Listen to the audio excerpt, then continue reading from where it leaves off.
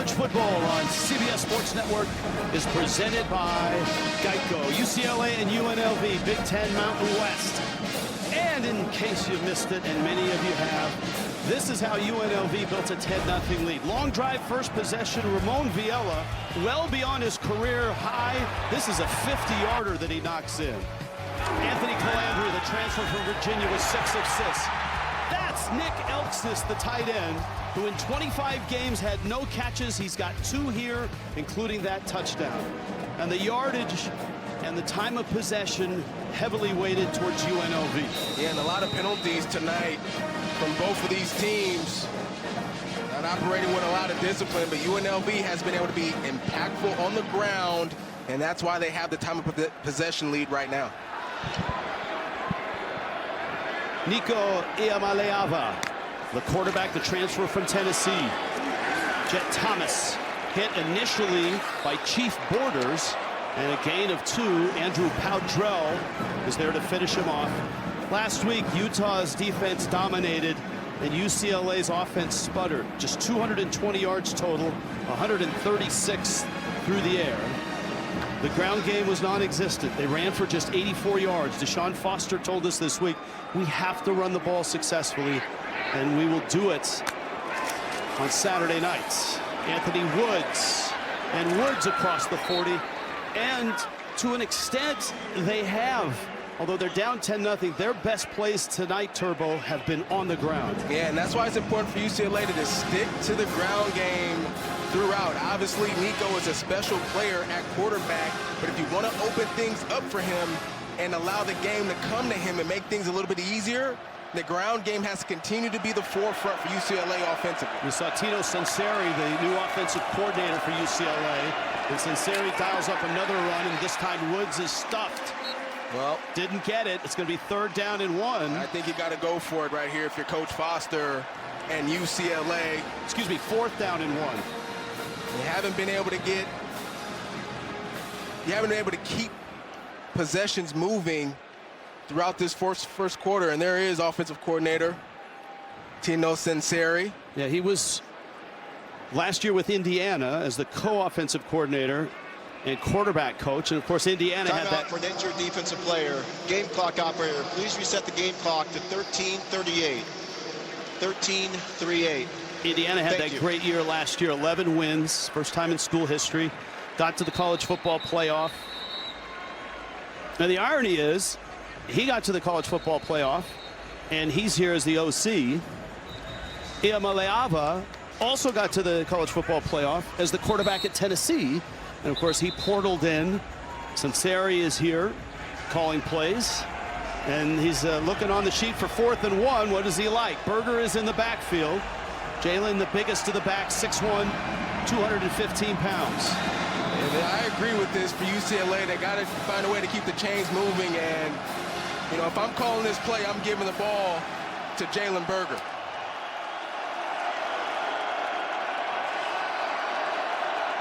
Nico making some changes there at the line of scrimmage. Iamaleava dives, and I think he has it.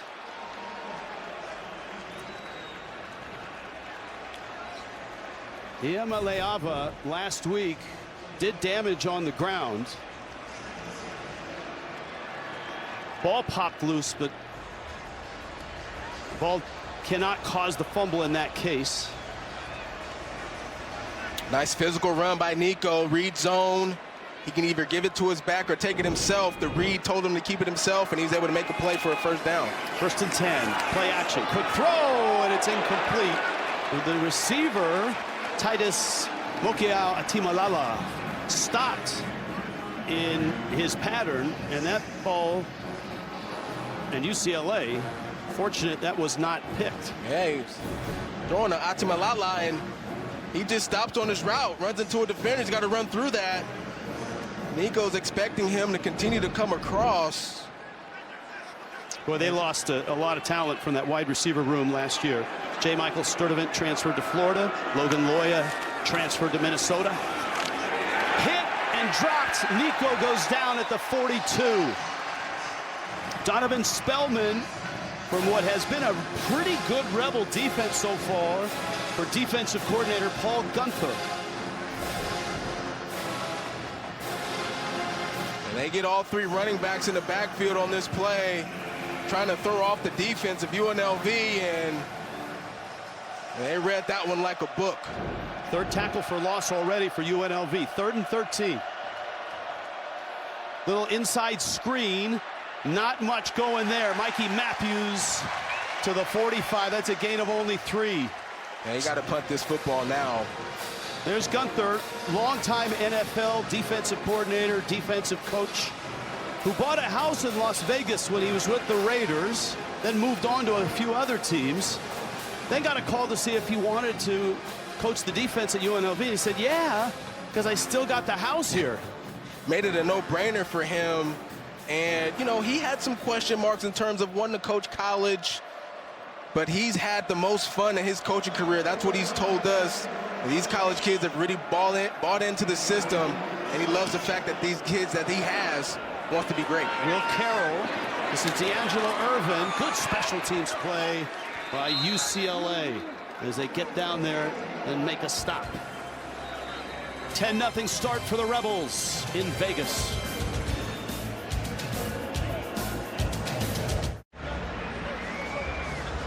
(10-0), daylight outside.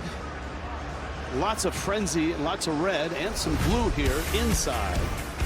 Keys to the game brought to you by Carvana. Robert Turbin. Well, for UCLA, they got to stay committed to the ground game. They've done a decent job of that so far tonight. And on defense, they got to wrap up and tackle in space. Haven't done a great job of that tonight. For UNLV, stay ahead of the sticks offensively. Outside of that first drive where they had a lot of penalties, they've been doing a good job there. And then for defense, they got to steal extra possessions. That means some fake punts, maybe some onside kicks and things of that nature to be able to steal some extra possessions away from UCLA. If you haven't seen this guy throw yet, you're in for a treat. Anthony Calandria can really wing it. He's only 6 feet tall, strong arm, 6'6", 76 yards. And Calandria can run as well. Across the 25, flag goes down, and so does Calandria. And we'll see what the flag is. There's been a ton of flags so far. Calandria was at Virginia and played 2 years, played really well at Virginia, especially his freshman season. And he's been dynamite here. He came in as one of the top percentage passers in the country. The Rebels have played 2 games already this year, and he's been completing 77%. Holding, offense number 5. 10-yard penalty from the spot of the foul. It's first down.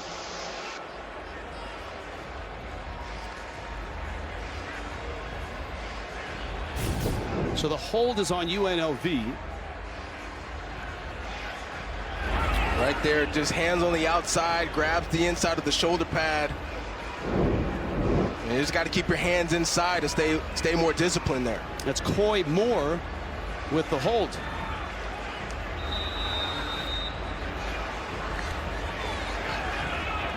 Five penalties on UNLV, 5 on UCLA.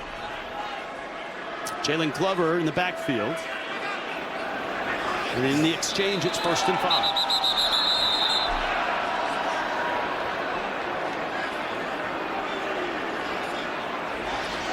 False start. Offense number 79. 5-yard penalty. It's first down. Turbo, I think early season games can often be messy, but this year, last year, and even more so this year, with all the portaling, and that's a verb I'm using it as, and Dan Mullen has a ton of portal kids. You're putting together a team that hasn't played together, hasn't played in this system, doesn't know the terminology when they arrive on campus. It's not easy to get them all pulling in the same direction. Yeah, and the other thing you're trying to do is you're trying to install your entire offense. And Coach Mullen wanted to do more motion, more shifts in this matchup tonight. They have to be more disciplined offensively. First down at 10. And Jalen Glover gets the carry. Gary Smith made the stop. Glover, one of 3 running backs that the Rebels feature. We've seen Jaden Thomas. Kevon Lee had a nice catch and run earlier in the game. And Glover is a junior, transfer from Utah. And this is a guy who's a downhill physical runner. And they like to get all 3 of these guys in to keep them fresh throughout the game. 4-man rush. Calandria fires up the field, and it's incomplete. That's Jaden Bradley. Kanye Clark on the coverage. That's the first incompletion from this right-hander, the dynamic scrambler. And, you know, Ikaika Malloy, the defensive coordinator for UCLA, told us, you know, getting eyes on Calandria for the first time on film, he goes, man, this guy's got moxie. He's got a strong arm. He's got lightning feet. And he's just got it. He's got that moxie that he plays with. Third down here and about 9. Calandria makes one miss, fires up the field, caught there, and that's a first down. And he can do that too, extend the play to Sean Lyons with his first catch. And a first down. Calandria did a nice job once he broke the pocket, keeping his eyes down the field, right? Not committing to the run. Sean Lyons comes back to the football, able to give him a target there and make a nice play to convert the first down. That's 14 yards on the throw. And that ball's out to the 30-yard line. Let's check in with Jordan. Jordan? Guys, yeah, you know that Dan Mullen is operating this two-quarterback system. Anthony Calandria maintaining a lead role with Alex Orji working in situationally. Well, I just saw him walk into the locker room. He walked back out on the sideline with a knee brace on his right knee. The medical staff working on him. Right now, he is on the bench, head down, looking down as well. I'll continue to keep you posted on any updates there. All right, thank you, Jordan. Of course, Orji had some starts with Michigan, has a national championship ring with the Wolverines. There's a throw up the sideline, and Reynolds the catch. That's the throw. That's the arm strength that jumped out to Ikaika Malloy. Yeah, and the other part, too, is the accuracy. You want to talk about putting the ball only where his receiver can catch it. He's right in between two defenders. And that is one of the pieces of Calandria's game that makes him so impactful. UNLV in a cover 2 there. Safety over the top, and he pinpoints that football right where it needs to be. This guy is 8 of 9 for 123 yards. He's got to be leading the nation in completion percentage. He's probably over 80% on the season by now. Calandria, that time he's going to waste one and fire it out of bounds.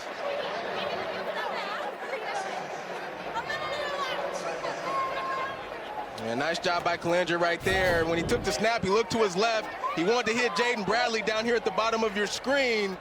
And that's good coverage right there. One-on-one, comes back to the middle. And everybody's covered right here.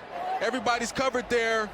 And by the time he comes over to the right, there's no one open, and he just wisely throws the football away. And that's where some of the maturity has come in his game. He told us the other day the reason he chose UNLV when he jumped in the portal from Virginia was Dan Mullen. Nice little inside handoff to Jaden Thomas. And he bounces outside, extends the play, and is inside the 30. A marvelous run for a first down. And how many times have we seen this, Rich? It just looks like there's nowhere to go. There's no hole. There's no crease. And Jet Thomas is able to find space and take advantage of it on the opposite side of the field. Nice run right there to convert for a first down. Thomas now 34 yards on 6 carries.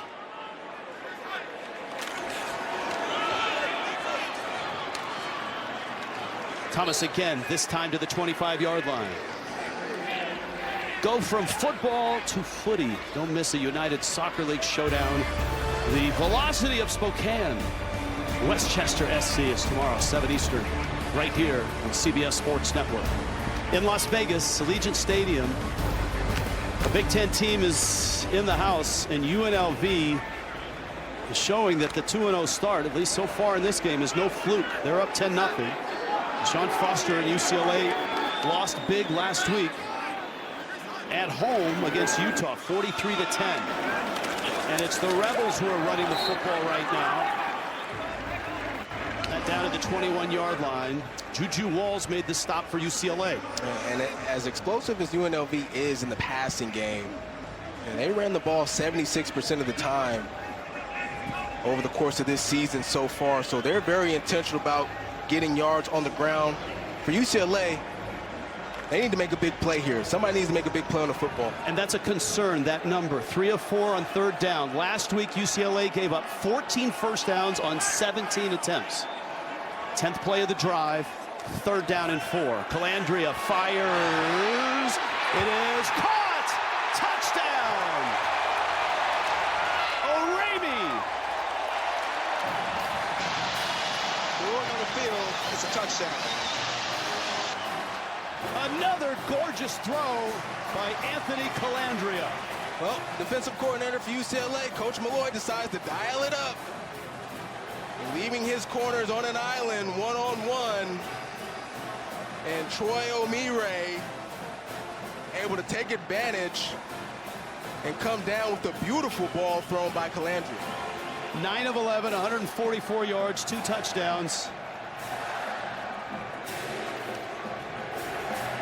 And the Bruins are on their heels big time right now. What a show in Vegas tonight.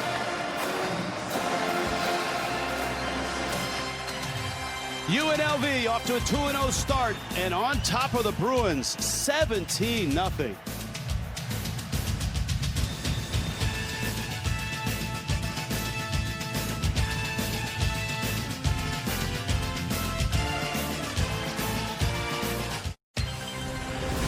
College football on CBS Sports Network is sponsored by Geico. Switch and save. Get more with Geico.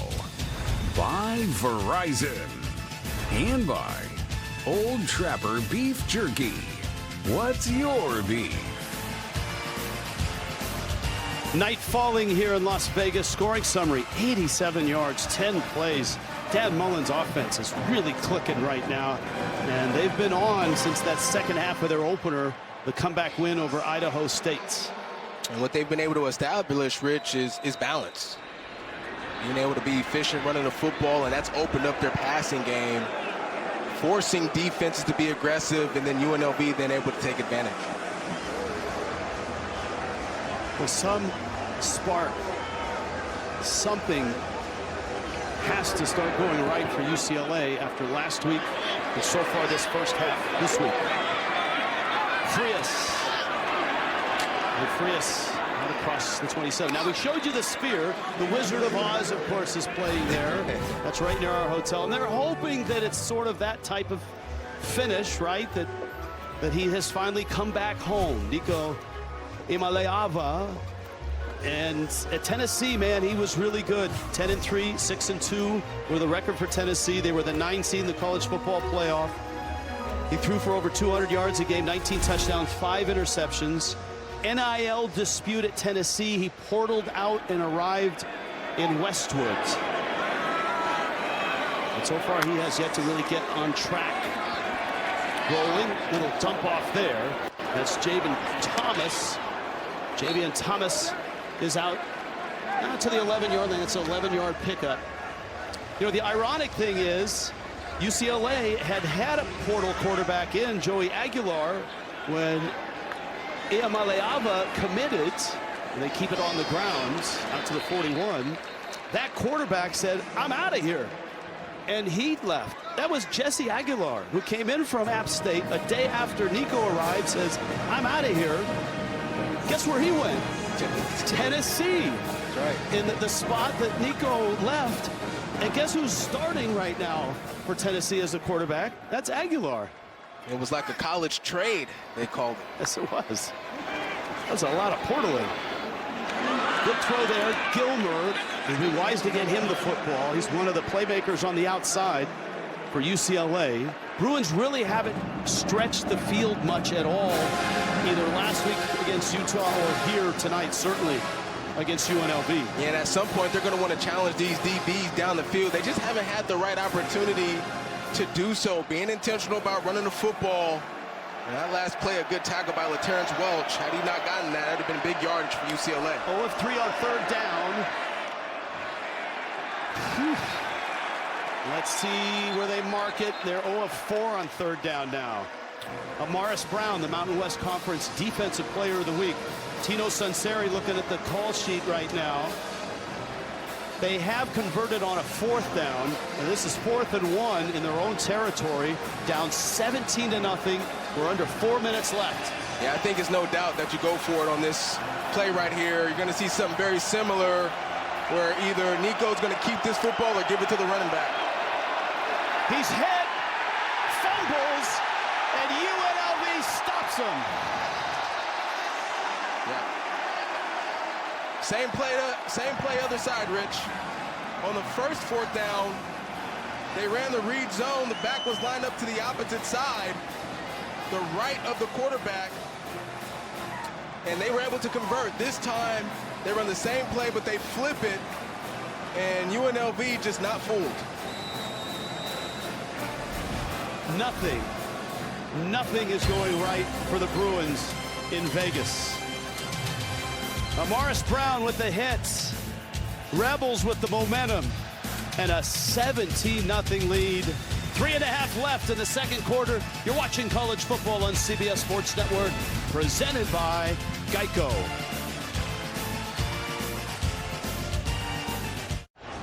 17-0 start for the Rebels. 3:30 left first half. Let's go down below. Jordan Giorgio. Jordan? Hey guys, well of course we were all watching Nico Iamaleava last week, but so was UNLV transfer defensive back Amaris Brown, and that clearly showed because you just saw that incredible play he just had. His comments this week on Nico went viral, saying there's no real surprise or excitement when facing him. Coach Dan Mullen tells me that they weren't meant to be disrespectful, but it's just the fact. He's faced so many top-tier quarterbacks throughout the course of his career, and if we're being honest, guys, when you're coming off a 2-sack pick-6 performance, earning Defensive Player of the Week honors, you've earned the right to talk a little trash. All right, thank you, Jordan. And UNLV is not slowing down. Kevon Lee with a little short pass, and he turns it into a nice gain of about 10 yards. We'll see if he's near the stick. Looks like he's just short of the stick. So 2nd down and a half a yard. The important thing for UCLA here, Rich, is they've got to keep their composure. They've got to continue to believe that they can make a play to spark this team and find some momentum in this game. And right now, UNLV in full control, but who on defense can become a playmaker tonight? It's a good down to take a shot. Oh, not that kind of shot. Wow. Anthony Jones coming off the edge, and Calandria is plastered back at the 43-yard line, and second and less than a yard is now 3rd down and about 8. There's Anthony Jones right there. He's got 1 sack tonight. That's their first of the half. And there he is on the second one. The first one he did a spin move inside. That time he just runs around the corner, dips that shoulder, really good technique. Legal hit, clean, nice job. UCLA takes a timeout. 3rd and 10 coming up for UNLV. Back to Las Vegas after this.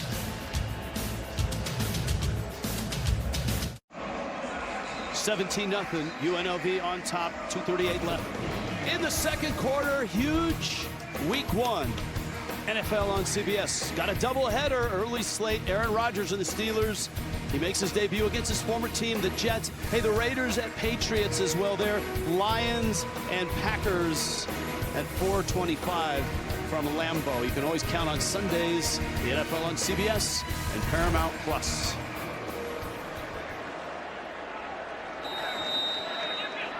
All ready for UNLV, their 16th snap in UCLA territory. Bruins show blitz on 3rd down and 9. Little quick screen to the right side. That's Irvin. Now let's see where Irvin ends up, and let's see what the decision is here. I would go for it. With a lead and momentum, the Bruins do get the football to start the second half. And the Bruins take a timeout here, trying to conserve some time to maybe get a score or get something rolling. Dan Mullen's had a look. Dan Mullen pretty happy Ramon Viella hit a 50-yard field goal earlier in this game, but this would really be asking a lot. This would be, you know, about 55, 56 yards. Slightly out of his range there. And so where do you dial up here? He's certainly involved with the offense. And of course, Corey Dennis is the offensive coordinator and quarterback coach. I like the decision to go for it if that's what Coach Mullen decides to do. And when you think about the dynamic of Calandria and his ability to use his feet, I'd give him the option to pass or run. The guy that's been quiet tonight is number 6, Jaden Bradley. Let's see if he's able to connect with him on a 4th down. Bradley does not have a catch so far.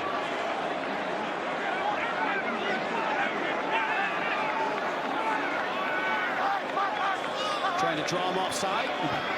Clock's at 10. And Dan Mullen says, let's take a timeout. That didn't work. Timeout, UNLV. It's their first of the half. UNLV's field goal unit has been not great. And Dan Mullen has really questioned as who's my guy.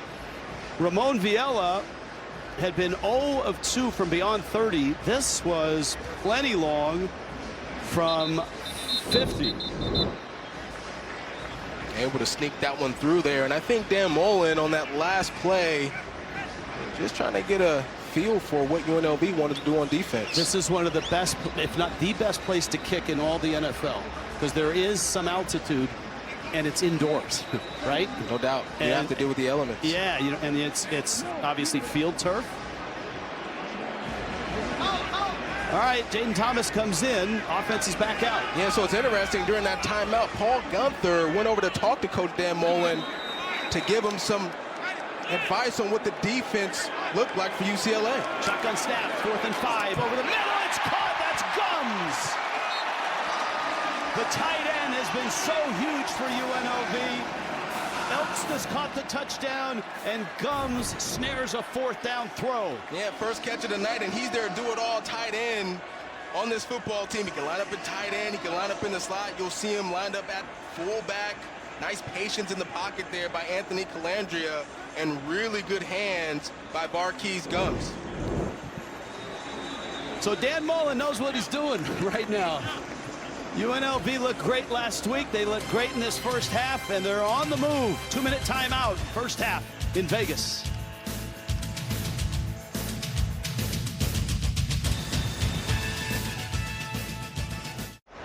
$17-0 UNLV moving right now. Final minutes in this first half. Brent Stover, Kevin Carter, Cardale Jones right around the corner. No lightning delays there.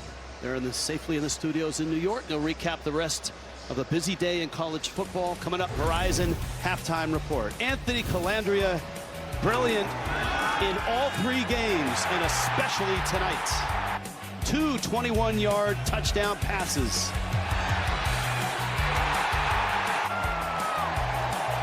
And he's been patient in the pocket too, Rich, and really been able to expose the holes in this UCLA defense. 79.3% in 3 games, 12 of 14 tonight. 1st and 10, just inside the UCLA 25. Shotgun Calandria on the money again. Gums with the catch. Flag is down. And that's at the 25-yard line.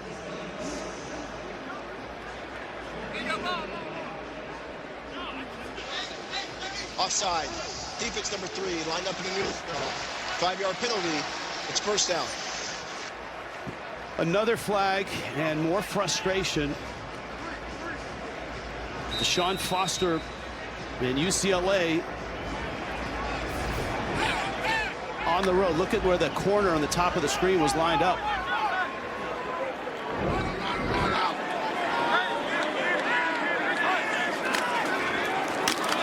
This is Lee.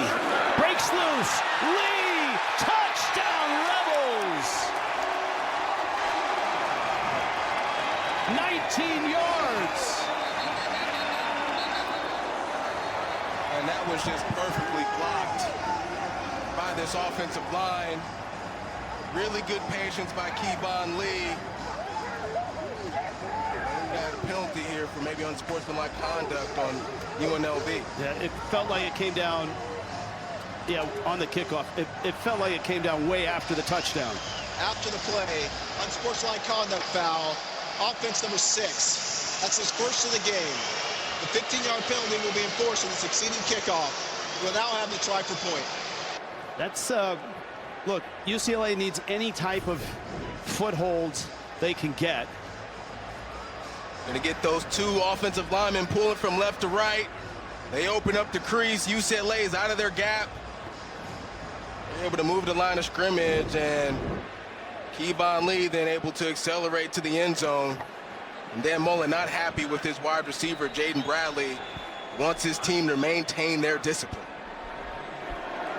And remember, this all started with a 4th down stop right around midfield by the UNLV defense. Uh-oh! Ball's loose. And that point goes awry. So UCLA is going to have 1:49 left. They get the ball to start the second half, but they need desperately something to go well. This was the stop on 4th down. Yeah, we'll go with the read zone, and UNLV able to make the play in the backfield. And then Kevon Lee able to find an open crease, make a guy miss, and get into the end zone. UNLV up 23-0.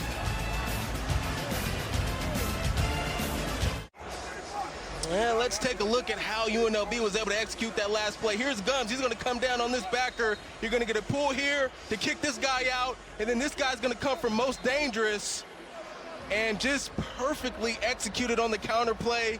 Good patience by Kevon Lee. Makes a guy miss in the secondary. UCLA has had a problem with missed tackles all season long, and it showed itself up again on that play. And a 19-yard rushing TD for Kevon Lee.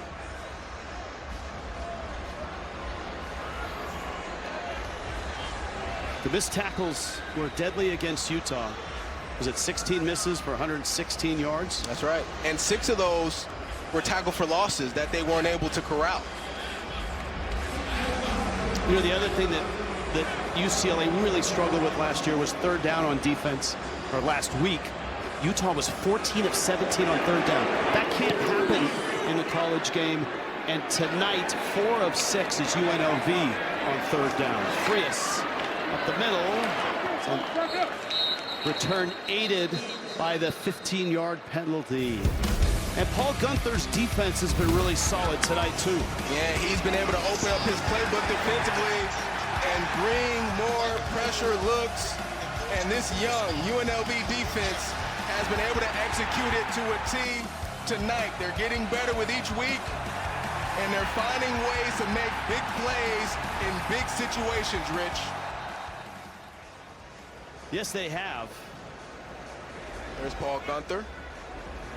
One guy having a big night, blessing Alu Tuyo Lemotu, the sophomore linebacker. Dan Mullen, fiery on the sideline, very candid in our meetings. Whatever he's done to meld together all these portals coming in. This is the team that lost more starters than anybody in the country. But man, he has blended this group together. They looked great last week for 3 quarters, had a big win on the road. And tonight, they've been dominant. Both sides of the ball. They're going to re-kick. There's another flag. And UNLV's going to kick this one off all the way back at the 15 now. I think they were implementing the unsportsmanlike conduct penalty from Kevon Lee's touchdown that was on Jaden Bradley. Well, that was they already did that. I think this is an additional one. Oh, wow. Offsides. An offsides penalty. So UCLA is going to get great field position, barring a mishap on this return. That's a pretty good kick. That's going to send Frias back. And he's hit initially at the 30, out to the 38. So here's where the Rebels have been, right? A renaissance of football for 2 years, certainly for them, under Barry Odom. Of course, Odom would leave for Purdue after an 11-3 season. Dan Mullen hired out of the broadcast booth. Of course, a nice run as a head coach himself. Without Odom or Mullen, they still won the LA Bowl, beat Cal, and the debut didn't go great to begin with. Idaho State was terrific early, but UNLV got a win there, a win on the road against Sam Houston. Nico getting flushed, And he dances out of bounds. Flags down. Late flag. Another flag is down. So it looks like there's going to be 2 flags here. One went down on the 35 of the beginning of the play, and one came down at the 44 well after the play ended.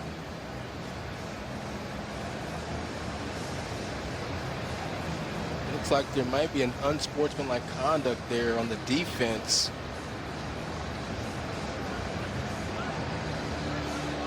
There are 2 fouls on the play. Holding. Offensive 72. That'll be a 10-yard penalty for the previous spot. After the play, unsportsmanlike conduct foul. Defense number 15. That 15-yard penalty will be enforced for the succeeding spot with an automatic first down. Alu Tuyo Lemotu, who we were just talking about having 5 tackles, he's the guilty party on the personal foul. And he's the leading tackler for UNLV. Now, look, we saw Dan Mullen last week with a big lead not be real happy with his team's effort and execution. He's not happy with the officials right now, but I'm sure he's not happy with some of the stuff and the late flags and the personal fouls from the Rebels. Well, he's talked about the importance of playing 60 minutes. He wants his team to play a full game. Doesn't feel like they've done that yet this season. And then for UNLV, this is an opportunity here. Good field position. You're in a 2-minute situation. Yeah, opportunity to get something going. UCLA's got the ball. Final moments in this first half. Good throw there. That's Gilmer with the catch. And finally something over the middle that pans out to the 41-yard line. You see the clock, 1:23 left. UCLA does get the ball to start the second half. Yeah, and a lot of times when you run this hurry-up offense, it makes it easier for you to find your rhythm. That one is incomplete. Mokiao Timalala on the coverage, or on the pattern, the coverage by LaTerrence Welch. Second down and 10. Well, I tell you what, Paul Gunther, defensive coordinator for UNLV, is not allowing Nico to feel comfortable in the pocket at all. He is bringing extra defenders on multiple plays throughout the drive. Ima Leava is 5 of 7 for 49 yards. Second and 10. Pressure, steps up. Escapability, he's got it. And doesn't have the first down, but he's down to the 33-yard line. This is a makeable third down. Clock runs. Bruins have 1 timeout left. Got to get on the ball right here with only 1 timeout left. Don't want to use it now. Quick snap, quick throw. Caught there. That's Matthews. Matthews is hit. Second effort. Looks like he has the first down. Let's see where they mark him. Well, that's a good fight right there by Mikey Matthews. Look to me, he was close to getting enough yardage. They mark him short. So it's 4th and less than half a yard. And the flag comes down. Start. Somebody moved up front. DiGiorgio, right tackle. Prior to the false start, the previous play is going under further review. So, so pick up the flag because the review started just before the flag hit. Dodged a bullet that time. I thought Mikey Matthews got just enough to convert for the first down that time. Let's take a look at it. Breaks a couple tackles, stays on his feet there. Where's that football? So they're reviewing the spot when he goes down. Well, look, the ball's further across than he needs, but when did his knee touch the ground? That's going to be the deciding factor. This is a really good look here. That's Morris Brown there. Stick is right at about the 31. Still up. Breaks the tackle by Welch. Still up. Hand down. I think he's for elbow right there. So wherever that elbow is, that's gonna be really close. Wherever that elbow goes down. So you tell me when the elbow hits. I'll watch the ball and the stick. You can see it's right at the 31.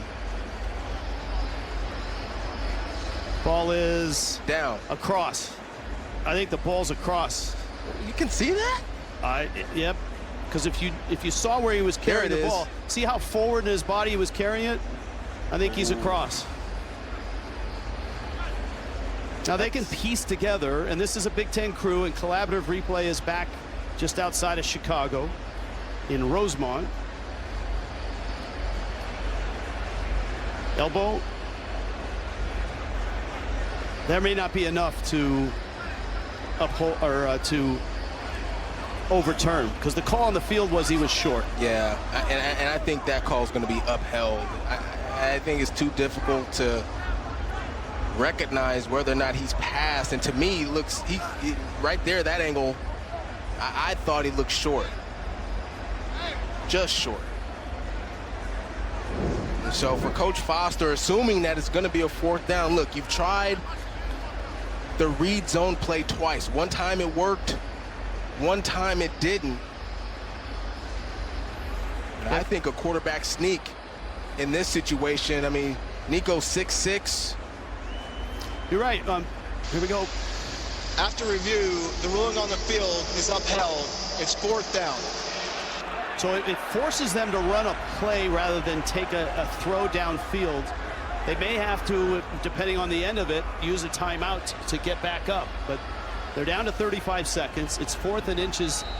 And look at where they spotted the ball. They didn't even spot it close. UCLA is taking its 3rd and final timeout. It'll be 30 seconds in length. Wow. I didn't agree with that. I thought the review it's like a timeout. You could have used that like a timeout and, you know, kind of put your strategy together as the referees were reviewing the call. Yeah, you knew it was going to be 4th and inches. So the Bruins used their last timeout. 35 seconds left.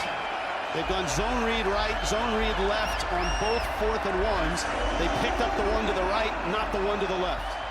Yeah, and during that review, I mean, you could have strategized, hey, if we have a 1st down, this is what we're going to do. If it's 4th down, this is what we're going to do.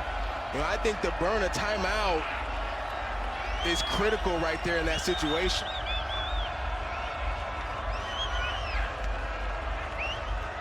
So the ball's sitting right between the 31 and the 32. And I think they should have been in a quarterback sneak situation here. On the grounds, they're going to pick it up. Nicely done there. Jalen Berger. Now they really have to hustle. Clock does stop under 2 minutes to move the chains. Spike. There it is. Nice job by Jalen Berger, breaking a tackle, getting that 1st down. So 28 seconds left now. Here it is. Nothing inside. He breaks it outside right there. The key tackle break, be able to get downhill and convert for that 1st down. We've talked about guys making plays. Take a look at offensive coordinator Tino Sinceri, and that's a play made right there. 2nd and 10. Woods in the backfield. Ava. That's a good throw there to Gilmer. It's a short pattern, and it's not enough for the 1st down. It doesn't stop the clock. They got to hurry up. They got to run a play here. They got to get the play in, and it's 3rd down and 1. Down to 10 seconds. Play here in the spike. Deflected. And they're right back at a 4th down and short here. Kick it. And now they're sitting with just 7 seconds left. I'd kick the field goal. Yep. Yeah, you got to get some kind of points here going into halftime. Mateen Begani, who has one of the best legs in the country. And for him, this is somewhat of a chip shot. 33 yards. But the Bruins, who get the ball to start the 2nd half, just trying to get on the board right now. From 33. Now Begani knocks it through. So UCLA starts and fits on that drive. Are on the board now, 23-3.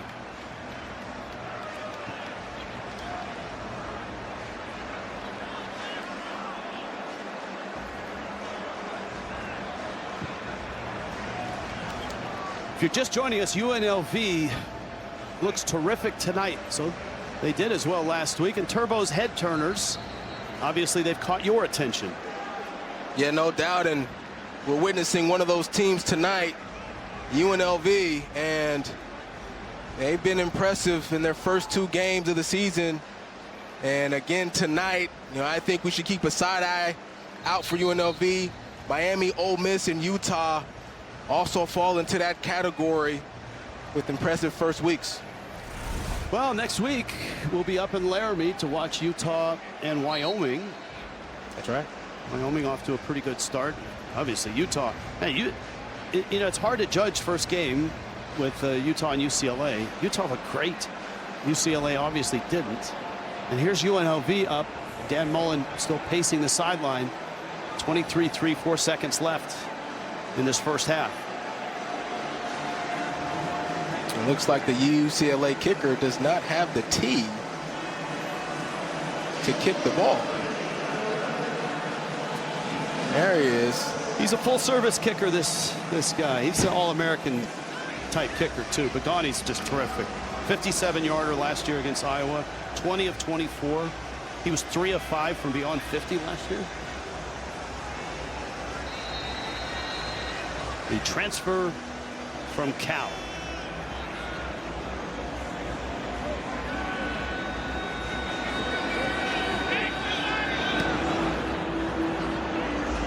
Little line drive.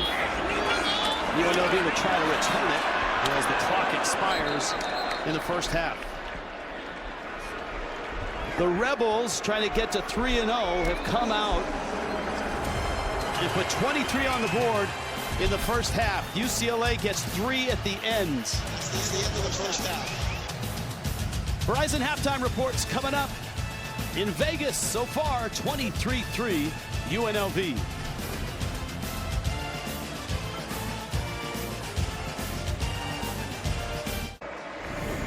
College football on CBS Sports Network is presented tonight by Geico. We are in Las Vegas, and look at this. UNLV 23-3 halftime lead over UCLA. Rich Waltz, Robert Turbin, Jordan Giorgio will join us shortly. Look, UNLV looks marvelous tonight, and I'm really interested to see how UCLA reacts here in the second half. Well, this first drive is going to be really important for UCLA. They've got to get some explosive plays down the field. Haven't seen that yet tonight. I haven't seen it in 3 halves of football for UCLA. Remember, they lost to Utah last week.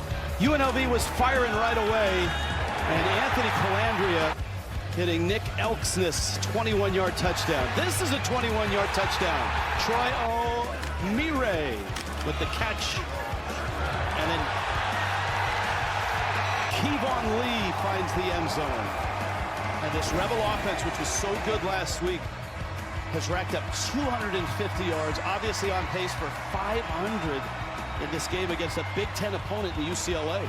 They've controlled the time of possession. They've been efficient on the ground, being able to convert on third downs, and really has overcome all the penalties in this football game. I think the key, too, is they haven't turned the football over tonight, Rich. And if they're able to sustain that type of success, they're going to continue to have more success on offense.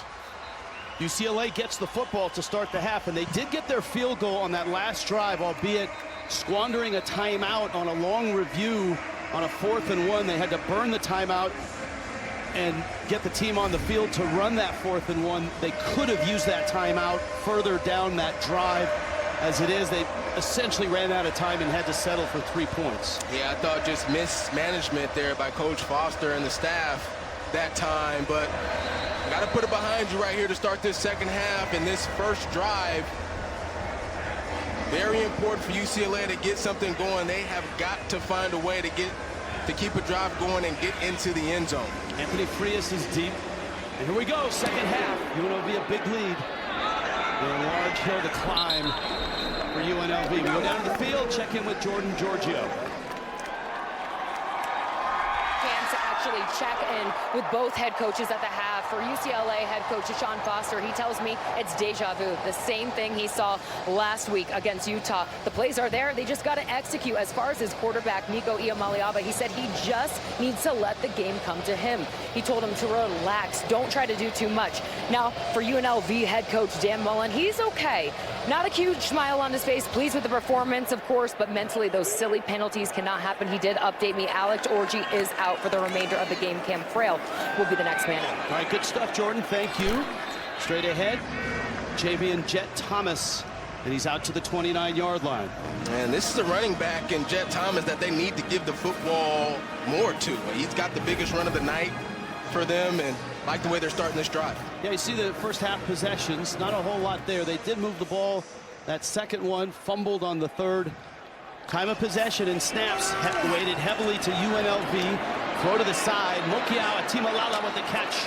And he gets across the 40, and that's a nice positive play. Let's see if they can get Nico in some rhythm here, because that certainly didn't happen in the first half. Well, it just felt like he was pressing, and it didn't really feel like he was comfortable in the pocket at all in the first half. You give credit to Paul Gunther and this defense for UNLV, bringing some pressure and being able to get in the pocket there to be disruptive. But you got to let the game come to him, like Coach Tom Foster mentioned, and some easy throws like that last play is going to help him.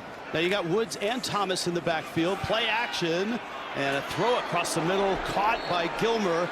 He's blasted after a gain of 10 for the first down. And down still is Andrew Powdrell. And the UNLV training staff is on its way out. Here's a look. Inside breaking route, and Powdrell just at the bottom there, trying to make a tackle. That's close to targeting. And they are reviewing it. Just a little shaken up. Now you don't, if it's direct contact to the head, it doesn't have to be with the crown of your helmet. If you shouldered into a helmet, that's also targeted. Absolutely. They're going to take a second look, and so are we. There's a catch. That's a hard one, because the ball carrier, the receiver, is on his way down as the defender comes in and then ducks in. That's Jake Pope there. What do you think? I think that's going to be targeting. Left shoulder, side of the helmet. It's going to be a tough call. He's just trying to make a play in terms of breaking up the catch. But left shoulder pad, side of the helmet. There's certainly a launch. There's certainly forcible contact to the head area. Pope has 3 tackles in this one. I think this is going to be a penalty.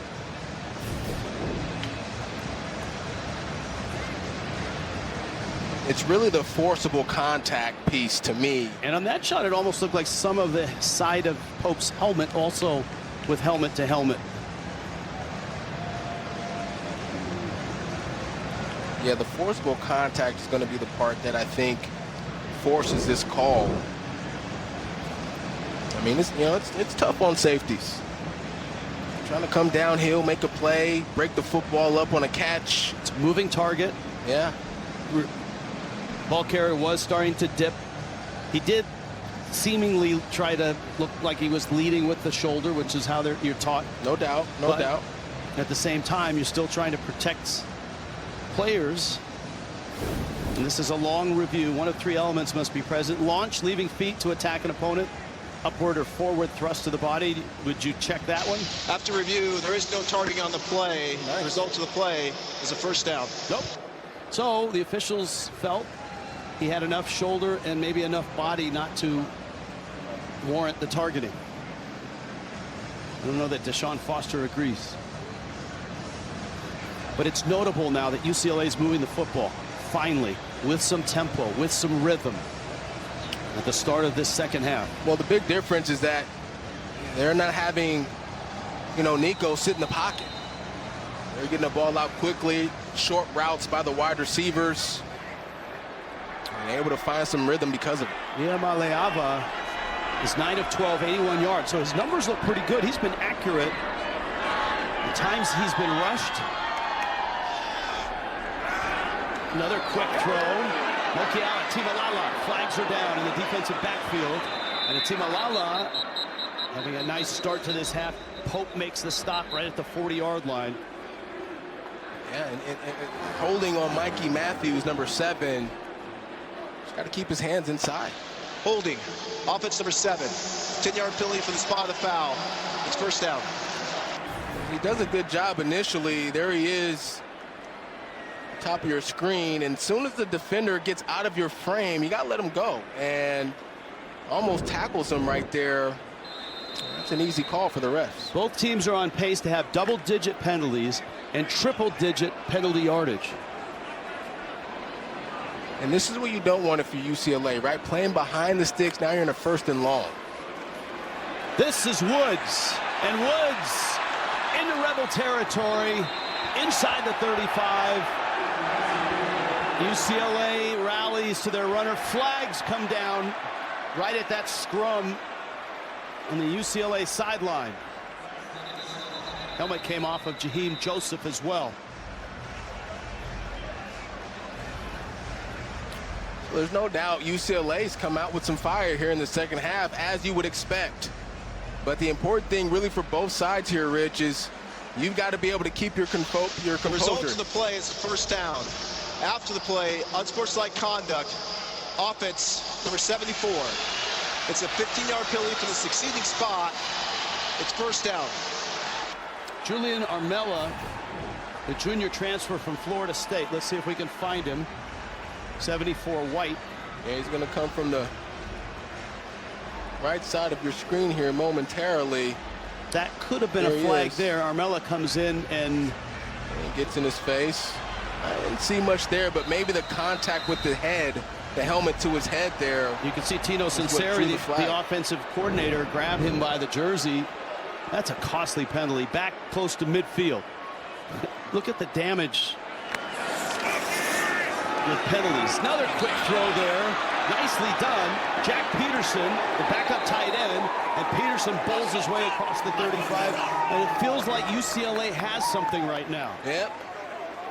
Utilizing their play action, they're bringing their tight ends and receivers across the formation to create some distraction there for the defense. And Nico's just getting the ball out quickly. There's 28 coming from right to left. Jack Peterson. And nobody there to guard him, and he's able to get a first down. Davian Thomas in the backfield. Thomas straight ahead. Now, that's a gain of 3. UCLA has really rotated 3 running backs through. You, Super Bowl winning running back in the NFL.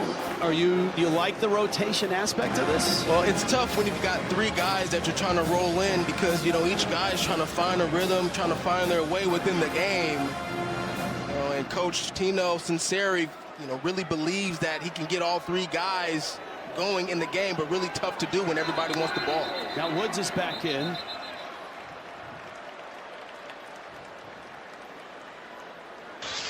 False start. Offense number 64. 5-yard penalty. It's second down. I really think what we should do is record a variety of Las Vegas celebrities. Get Wayne Newton out here, David Copperfield, whoever's, you know, playing. Celine Dion. We got Rich Waltz, of course. No, and have them record flag is down. Much like at the, you know, it's like the U.S. Open, sometimes they'll have celebrities, you know, call the lines and the electronic lines go. Because there's been so many flags. That's 19 already. Blue Man Group, get them involved.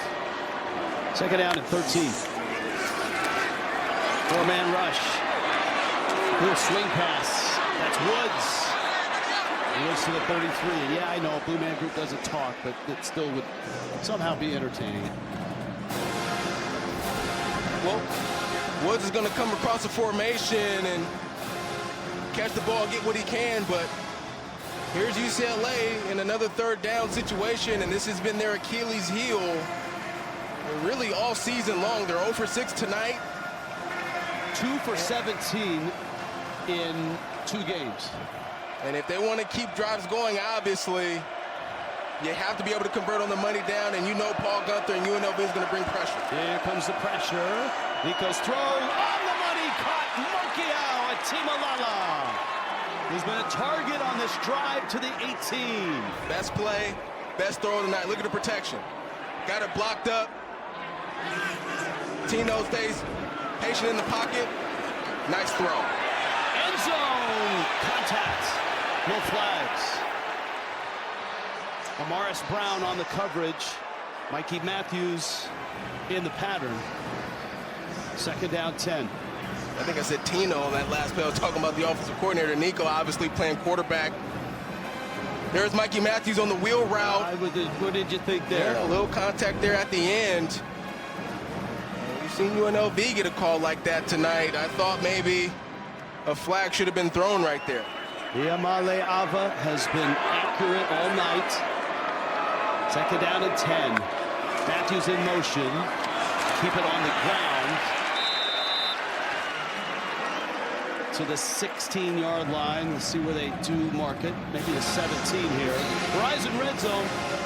UCLA had one red zone trip last week. This is their second tonight. In what, 3+ halves of football this year?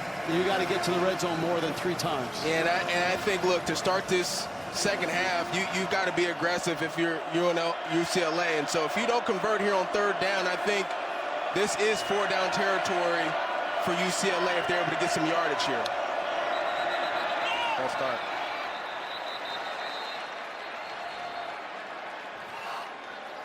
That would be maybe Donnie Osmond at this point making the announcement for the flag. Prior to the snap, false start, offense number 72, 5-yard penalty, it's third down.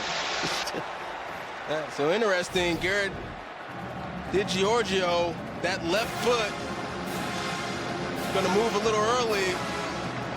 Yep, there it is. Unable to keep his balance. He started this game at right tackle. They moved him over to the left. That's not an easy move to make. They wanted better protection on the blind side of Nico, but here you are behind the sticks in a 3rd and long, and it's been the self-inflicted wounds that have continuously knocked UCLA back. And looks like we're going to get timeout. UCLA. UCLA burns a timeout. Third down and 14. Seconds. On the move, in need of points. UNLV up, UCLA driving.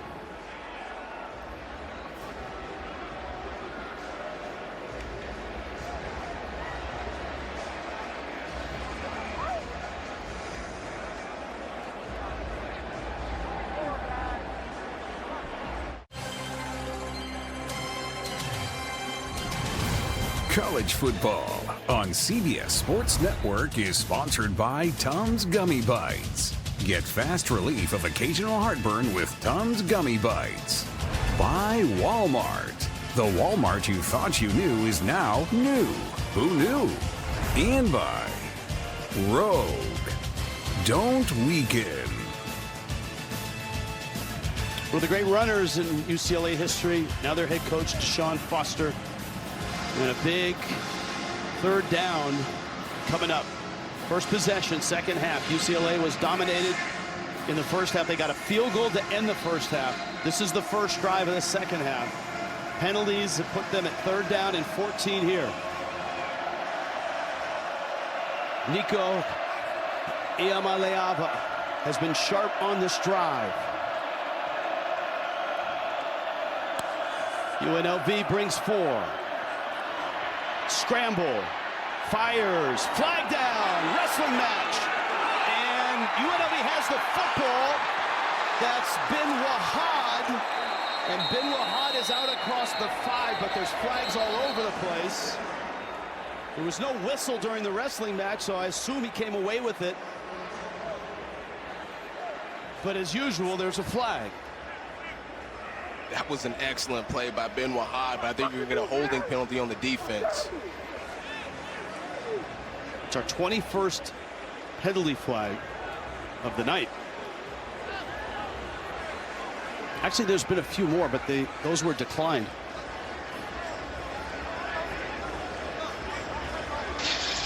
Pass interference, defense. The ball replaced in the spot of the foul.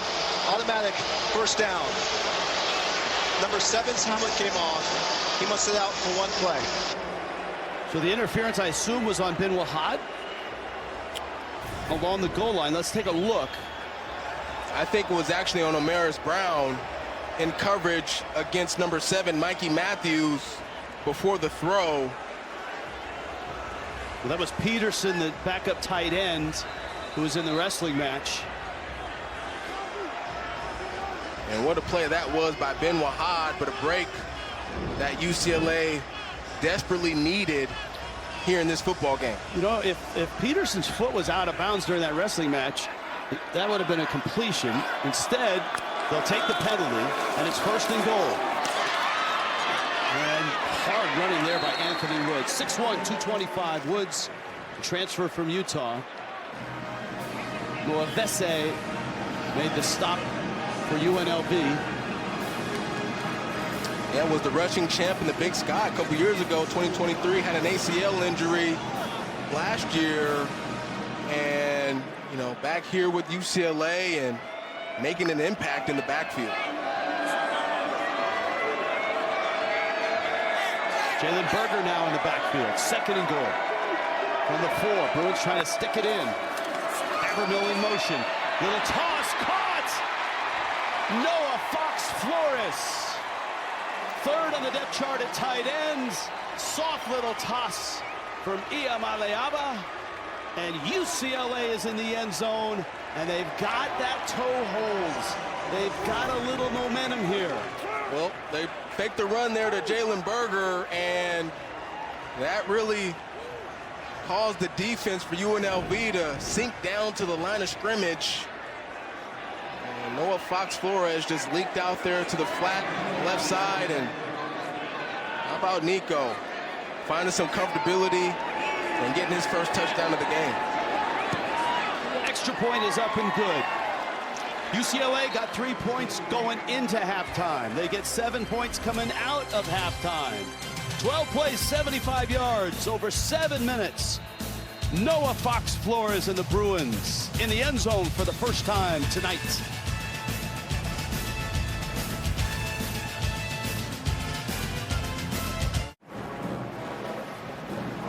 Nice execution here by UCLA. You're going to get a motion, all right, from number 81, Hudson Habermill, and he's going to motion down as if he's going to block, but really just run the route. He gets his eyes caught in the backfield there, and then Noah Fox Flores able to leak out wide open in the flat after the play action, and just really look at his eyes in the backfield. That's number 3, Jaheim Joseph. And just a well-executed play by UCLA. And a really nice drive for Nico Iamaleava. He's very accurate. He is extremely mobile and quick. Strong arm. And remember, he's changing systems coming from Tennessee to UCLA. Different set of receivers, different offensive line, different terminology, all of that. But the running game seems to have, you know, especially on that drive, had a lot more success than they did in the first half or last week against Utah. Out to the 25, the ball will come for UNLV's first drive. CBS Sports Network coverage. College football continues next Saturday. Triple header starts at noon Eastern. Some action early. Kent State, Buffalo, SMU, and Missouri State. And then Utah at number 25. UCLA knows how good they are in Laradice. And when you go to altitude, now Utah obviously is at altitude. I don't think that's a factor in this one. Remember the Texas Tech double overtime win? That was epic 2 years ago. They took down Missouri, Vandy. They've taken down some big teams there. UNLV opens on the grounds. And Jaden Thomas with the carry. Key Lawrence made the stop. Thomas has been durable. Terrific year last year and a good start to this year, averaging over 100 per game in his first 2. And he's almost at 50 yards on 9 carries tonight. Yeah, for UNLV here, no panic. Obviously UCLA, nice drive and score, but you just get back to your game plan and get back to doing what you've been doing in the first half for UNLV. Thomas, top of the screen with a 5-receiver look. Deep shot, Bradley in traffic, and it's incomplete.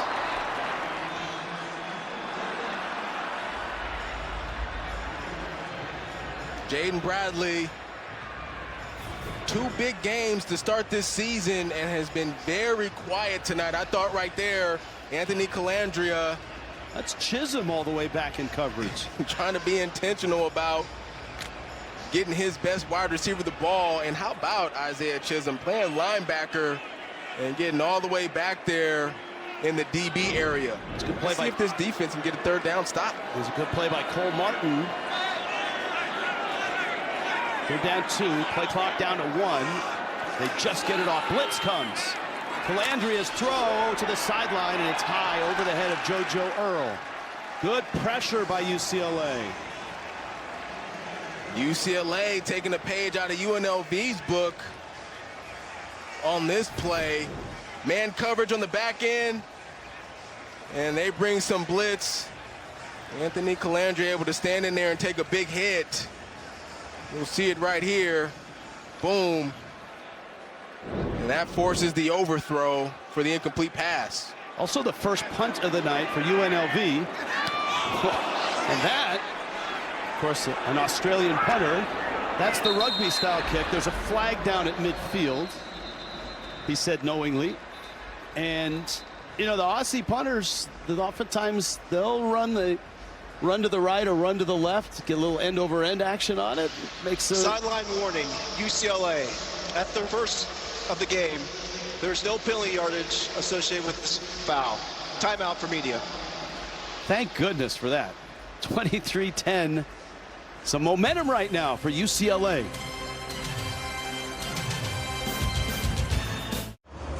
Night has officially arrived in Las Vegas. It was a 5:15 local start time. Last drive, the Bruins, for the first time tonight, getting themselves into the end zone. They did it on the ground a lot. Anthony Woods, Jalen Berger, Javian Thomas. There was a penalty there that negated the fumble recovery, and a crossing pattern. Noah Fox-Flores from Iamaleava. First 5 possessions. You see the time of possession, that's great. The number of plays. UCLA has been beaten up in time of possession and number of snaps in the 2 halves against Utah and the first half here against UNLV, but that feels like it's turning right now. Iamaleava has been accurate throughout, 13 of 17. And this rotation of running backs starting to cook a little bit. More of the same right here for UNLV. Starting on the ground to start this drive, and this is going to be the key piece in terms of them continuing to battle back into this football game. They cannot abandon going to the ground and allowing these backs to have an opportunity to have success. You see UCLA in the roster of runners. Nico's throw, crossing pattern, on the money. Mikey Matthews, 49-yard line. Now they're starting to stretch the field a little bit and throw it downfield. Iamaleava on the connection with Matthews. And the difference right here with Nico Iamaleava is his poise in the pocket here in the second half. In the first half, it felt like he had happy feet. He was unsure of himself. Right now, he's playing like a confident player. He'll keep it. Now he'll throw it. And that's Frias, one of the running backs, and there's flags flying everywhere. One hits the 50, one comes from the defensive backfield and lands at about the 42. I think you're going to get a penalty from both sides here. I thought holding on the UCLA side. Late hit there on UNLV.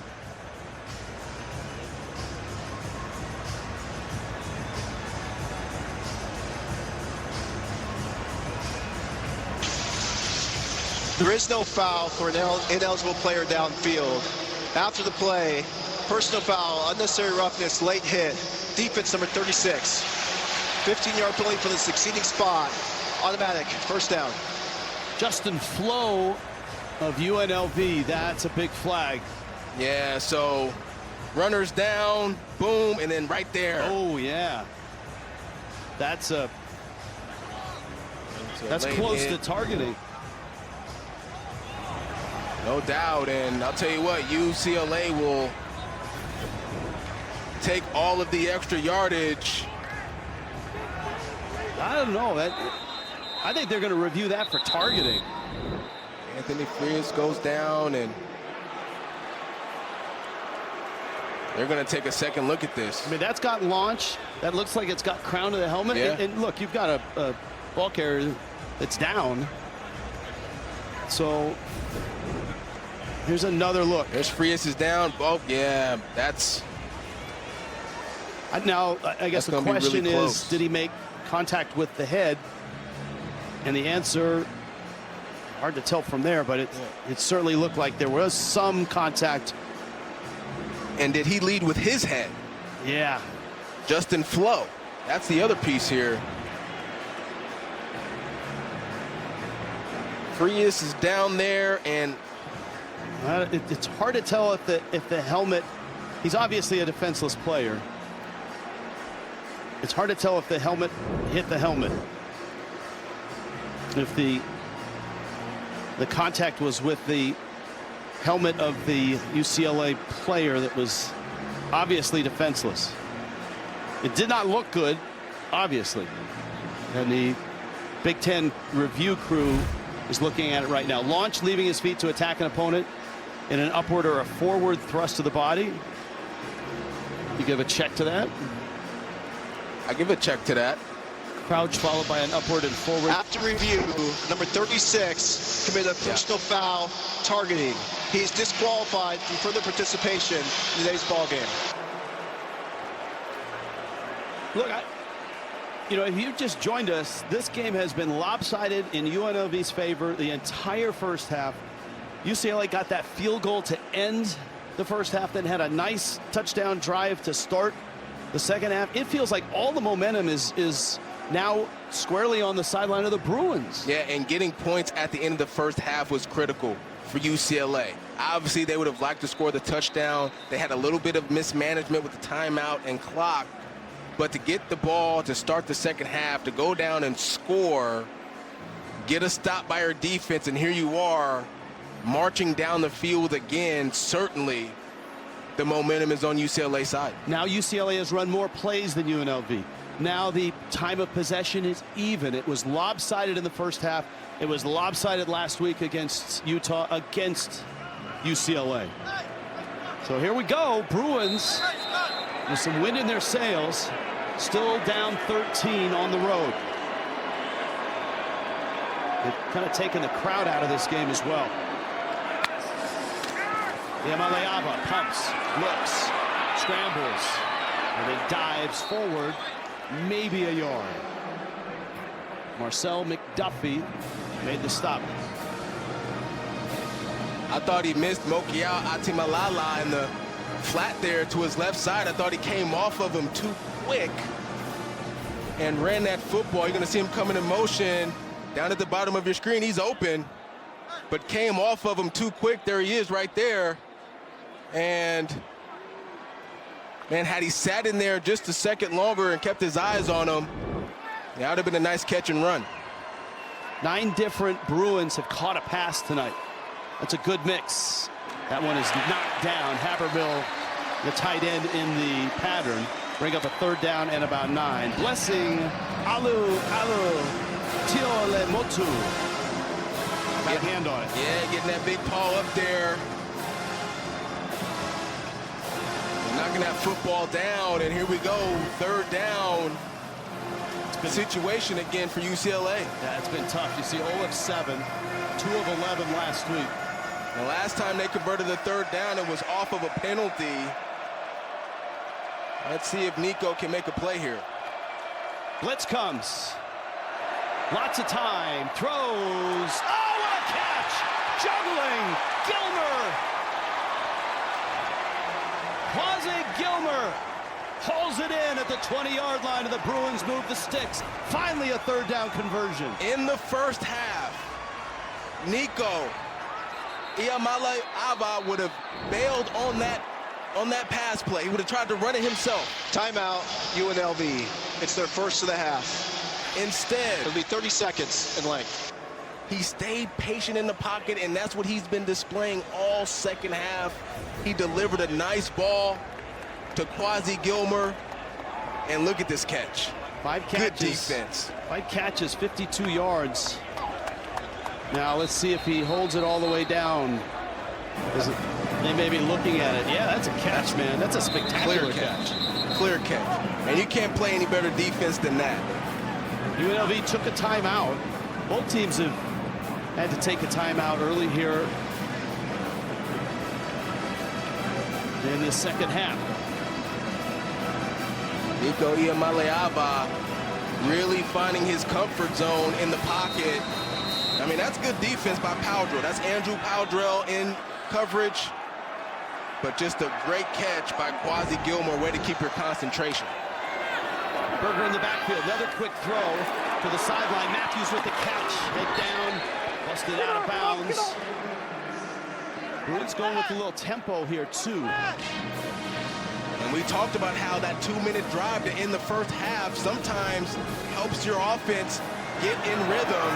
And it looks like that's carried over here until the second half. Boom, look at that hit. Boy, we can hear that hit all the way up here. And UCLA now trying to establish the physicality on their side. Huddle up here. 2nd and 6. Tino Sunseri calling plays really for the first time in his career. Straight ahead, Anthony Woods to the 7. Verizon red zone. Remember, the Bruins were there just once last week, once for the first half. 3rd trip now. Sunseri was the co-offensive coordinator and quarterback coach at Indiana. Mike Shanahan called the plays. Sunseri had input as well. And now, as the offensive coordinator here, his father, Sal, was an assistant coach in the NFL, and Deshaun Foster was on one of those teams. That's right. So there was a connection between Coach Foster and the Sunseri family. He was the defensive line coach when Foster was in Carolina. 3rd down, 3. Another short toss, another completion. Gilmer lunging, does not get it. This could be 4th down and 1. Boy, this is a big call. Gilmer right there. He's got to catch that football, and he's got to get upfield and fight for extra yardage that time. He kept running laterally, and Coach Foster's going to decide to go for it here. I would take the points. I would take the 3 points if I were making the decision right here. But your offense does have momentum, and so I can understand the call right here by Deshaun Foster. Berger in the backfield. 4th and 1. Got to get to the 10. Nico will keep it. And he has it. And he's on his feet down to the 1. Marcel McDuffie, but Nico Iamaleava with a big first down. Quarterback counter is what we call this. Number 72's helmet came off. He must come out for 1 play. As the helmet comes off on this play, and how about the toughness by Nico right here? And don't forget now, he grew up a rugby player and not a guy that's going to shy away from physicality. How about the ground game that Deshaun Foster preached all week long to his team and told us we have to run the ball with effectiveness. They've done it here in the second half for sure. Well, that one is shy of the end zone. As Berger is stuffed. Cohen Fuller, the defensive tackle, first to get there. 1.5 left. You know, one of the things that we haven't seen from UCLA as we take a look at that last play there, good job by the UNLV defense, is, but we haven't seen Tino Sunseri put Nico Iamaleava on the move. They haven't moved the pocket very much. I'd like to see them on a rollout, give Nico the option to throw or run in a situation. Final minute, 3rd quarter. Berger wrapped up on 2nd and goal. McDuffie again.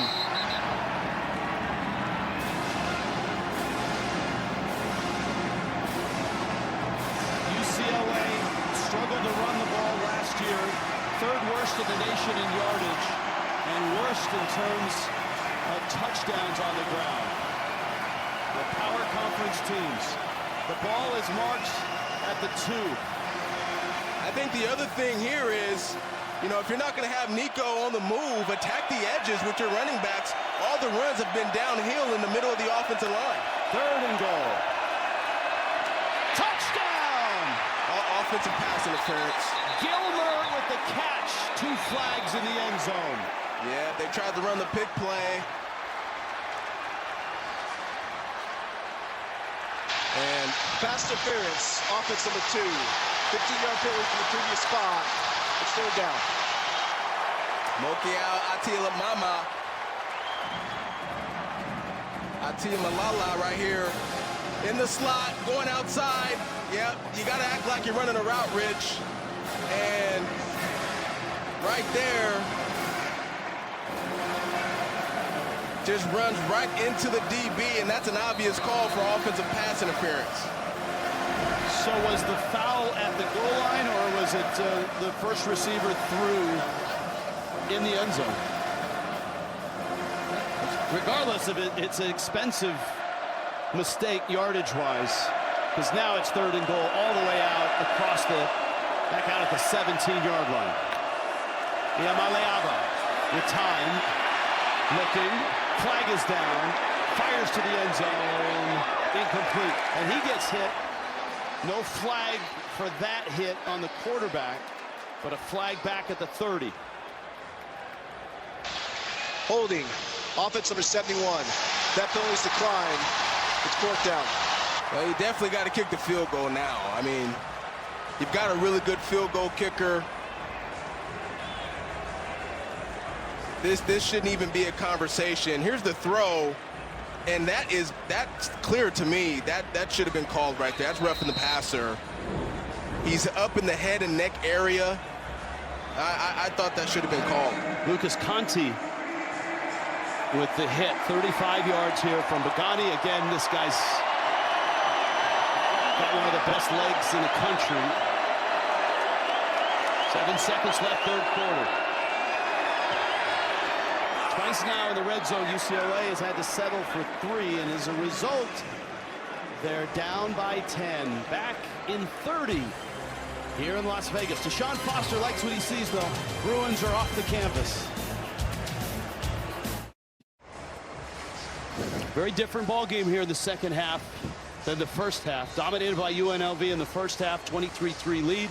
UCLA has scored twice here in the 3rd quarter. A touchdown. It's settling for a field goal after a couple of big flags when they got inside the 5 against Dan Mullen's Rebel football team. UCLA trying to erase the memory of last week. Utah beat them pretty good, 43-10. UNLV has started this season at 2-0. Chance to get to 3-0, and a chance to really keep the momentum that started a couple seasons ago when Barry Odom arrived. Odom taking the Purdue job. Dan Mullen jumping back into coaching as the head coach here at UNLV. It's a good way to end that drive if you're UCLA, able to salvage it by getting 3 points. Pagani's kick will stay in the end zone. We'll get a snap here from UNLV, and in the break between the 3rd and the 4th quarter. Well, the important thing for UNLV is they've got to prove that they can play for 4 quarters. That was one of the concerns for Dan Mullen after evaluating the first 2 games of the season. He just felt like they hadn't finished strong. They hadn't played a complete game. It's an opportunity to do so tonight. Calandria quick to the flats. Marquise Gums headed towards the sticks. That's a gain of about 9. 3 in the books. Bruins are making it interesting here in Las Vegas. 23-13 Rebels going to the 4th. You're watching college football on CBS Sports Network, presented by Geico. UNLV scored the first 23. UCLA has scored the last 13. Moments ago, Dan Mullen down below with Jordan Giorgio.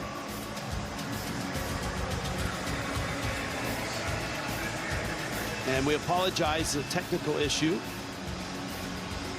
The gist of the conversation, which happened moments ago, Dan Mullen said, look, their offense is moving and our offense needs to stay on the field. Just 4 snaps from scrimmage in the third quarter for Dan Mullen and UNLV.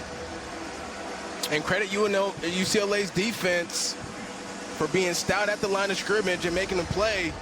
They're on third down to get off the field for the first time tonight. You see Coach Dan Mullen, 11 penalties tonight, has really held back UNLV in some ways. UCLA has 12 of them, so they feel that pain as well. Thomas bounces outside. Bruins are there to pursue and snuff him. John Vaughns, who's also a pitcher and an outfielder, 4 years of UCLA baseball. Vaughns in on that stop.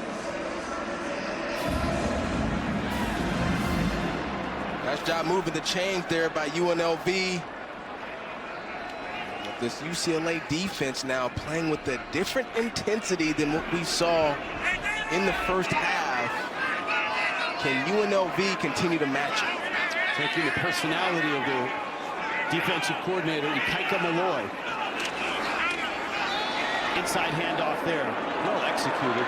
There's some really good offensive line play going on both sides of the ball here at times, especially, you know, with UNLV. That's a whole new unit. None of these guys have ever played together, but it's the guy in the middle, Reed Williams, 64.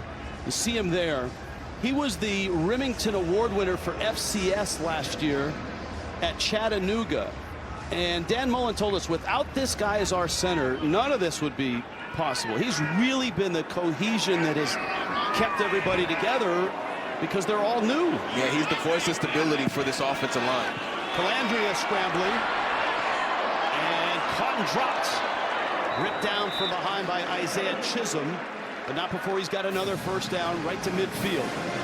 Yeah, Calandria, quick decision that time. Wasn't there on the throw and took care of business himself right there to continue to move the chains. But it's going to be the ground game that's going to allow UNLV to take this one home. And I had a conversation on the field with running backs coach Quentin Ganther about Jet Thomas. And look, he tries to save his legs for these moments in the game. You see a lot of rotation, but when it comes down in the fourth quarter, it's all about number 9, Jaden Thomas. 11 carries, 57 yards for Thomas. Calandria will keep it. Calandria breaks loose. Oh, wow, what a run. And he's got wheels. And he's got a big play to the 17. He might be the fastest player on this UNLV offense. 33 yards. And he's got one of the quickest one cuts that you'll see really in all the country. Right there, bam. I mean, he cut in between 3 UCLA defenders for a big gain on the ground. What a run by Calandria. And this is what Dan Mullen was talking about in the break when he visited with Jordan. Gotta put a drive together. Gotta move the ball. That's the longest run for either team in this game. And I think UNLV is going to have to call a timeout. They do. Just underway in the fourth quarter. Rebels a 10-point lead and driving.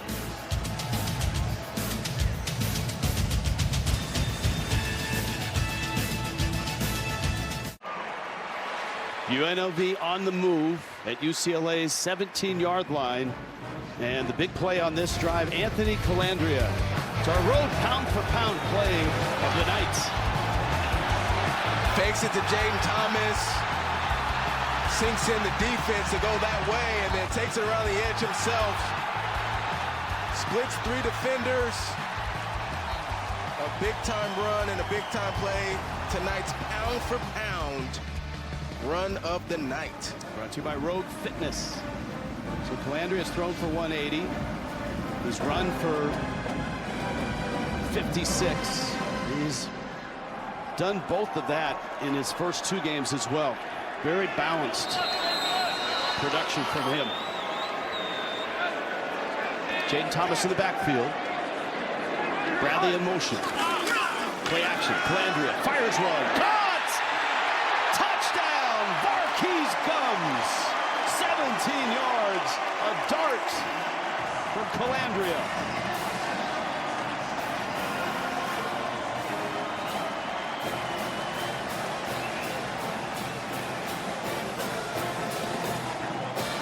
just a nice read by Calandria. UCLA is playing two high safeties, which leaves the middle of the field open. And the play action, that's Chisholm right there at 32. He comes down towards the line of scrimmage. That opens then the area up behind him. And just a nice accurate throw by Calandria for the touchdown. Extra points good. Dan Mullen pumping his fist. That was the recipe to get control back in this game. Get a drive going. Get it down tight. Find Varkey's gums. And the lead is stretched.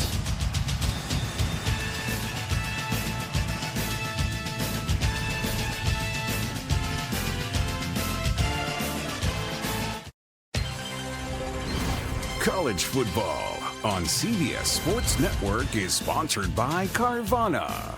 Carvana, they'll drive you happy. By Verizon.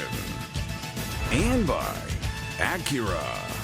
Precision crafted performance. 75 yards, 6 plays, a quick 3 minutes, and a 17-yard strike. Break it down, Turbo. Well, you're going to get a play action right here. Here's the fake to the running back. We're just going to sink these guys down towards the line of scrimmage. Opens up the middle of the field for the tight end. And that's Varkey's gums. Nice accurate ball. Had an open route receiver at the top of your screen as well. That would have been Jaden Bradley. But a good decision by Anthony Calandria, and UNLV back on the board. Frias going to take it out of the end zone, 2 yards deep. Has a seam, and it closes up at the 24-yard line. Keys to the game brought to you by Carvana. We go back and revisit. Well, I think UCLA has done a decent job staying committed to the run game. That's opened up some things for them, especially in the second half, but they have not done a good job tackling in space. UNLV, offensively, staying ahead of the sticks, 18 first downs tonight.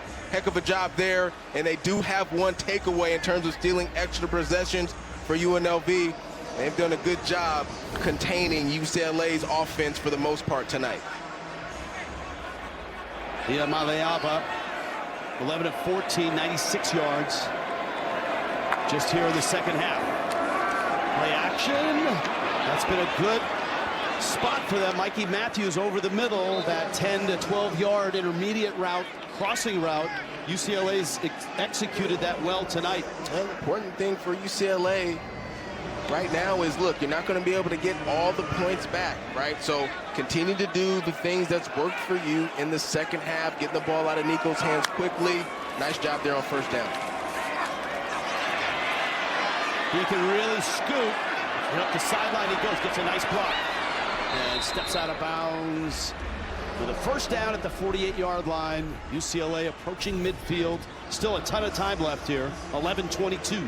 And Nico surveying the field. Look how patient and relaxed he looks right now in comparison to the first half. A really nice block there. Peterson with a catch at the 46. And Peterson also had that block on Nico.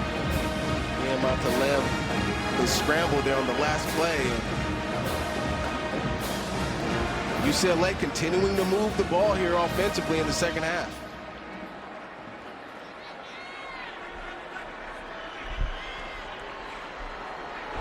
Just outside the 46. Play action. Little dump off. Peterson again. Great tackle. That was Pamela Kaehue, the junior out of Hawaii. Well, here we are, fourth quarter. UCLA is moving the ball. Nice tackle there by UNLV. I think this is 4-down territory right here in this situation for UNLV, or for UCLA. They come up short. I think you go for it here, 4th down. Not great on 3rd down, though they did pick one up last drive.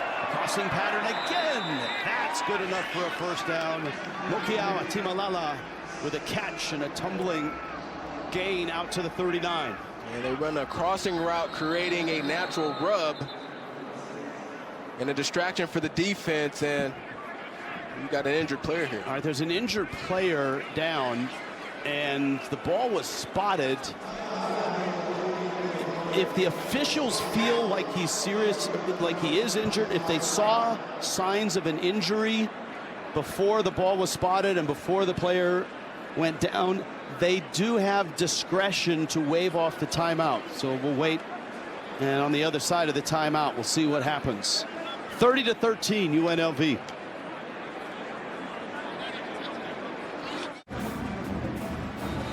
Officials in conference right now. I'm not sure. Here's a look. There's Brown right there. And Ball's been spotted already, so that's going to cost UNLV a timeout, the new rule. And they have been charged, and Dan Mullen's not happy. If a player presents it as injured after the ball is spotted by the officials, that team will be charged with a team timeout or a delay of game penalty if all timeouts have been used. So they had a timeout and they lose one. And referees have discretion, right? They do, but just watching that video, it's, you know. That was pretty clear. Yes. UNLV doesn't have a timeout left. First and 10. UCLA's drive continues. And another positive play, this down to the 31-yard line. Iamaleava, Nico, the sophomore. He's out of Long Beach, and of course, Tennessee last year. Really, really good season. Quickly as Woods. Short of the stick. It'll be third down and half a yard. I think you keep this ball on the ground here in this third down situation. Anthony Woods still in the game. And here comes two tight ends in the ball game. Berger comes into the ball game. And this is four down territory no matter what, but they've got a heavier set personnel in the game. Three tight ends in the game right now, 13. He'll keep it. Nico Iamaleava. Bruins with a touchdown. A 30-yard scamper. And UCLA answers with an impressive drive of their own. And a chance with the extra point to cut it back to 10. 8:50 left. I really love the way that Tino Sunseri approached this drive. They didn't do anything out of the ordinary. They kept the ball on the ground, got the ball out of Nico's hands quickly in the passing game, and biggest run of the night goes for a touchdown for UCLA. 78 yards, 8 plays. Flags are down on the extra point.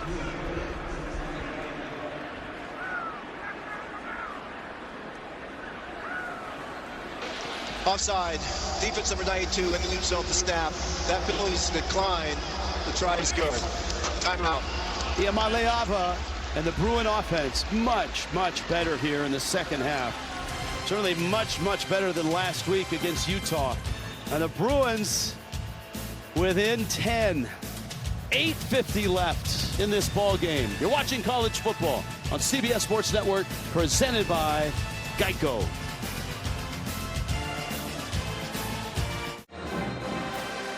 UCLA back on the board within 10, and this is how they're able to do it. They're running the read zone, so they're going to read this guy here. He's going to crash, which allows then Nico to pull the ball. This tight end right here is going to seal the edge. And Nico able to take it to the house with that speed that he has. Great run there by UCLA. Good execution. Remember, they only got in the end zone 4 times last year on the ground. They have one now this season. And he's their leading rusher tonight, 59 on 11 carries. He's thrown for 179, 22 of 28. So certainly better marks in game 2, but UCLA dug themselves such a deep hole. They were down 23-0. They're down 30-20 now. There's still plenty of time. 8:50 left. And Pagani with a line drive kick. Glover goes down. He picked it up.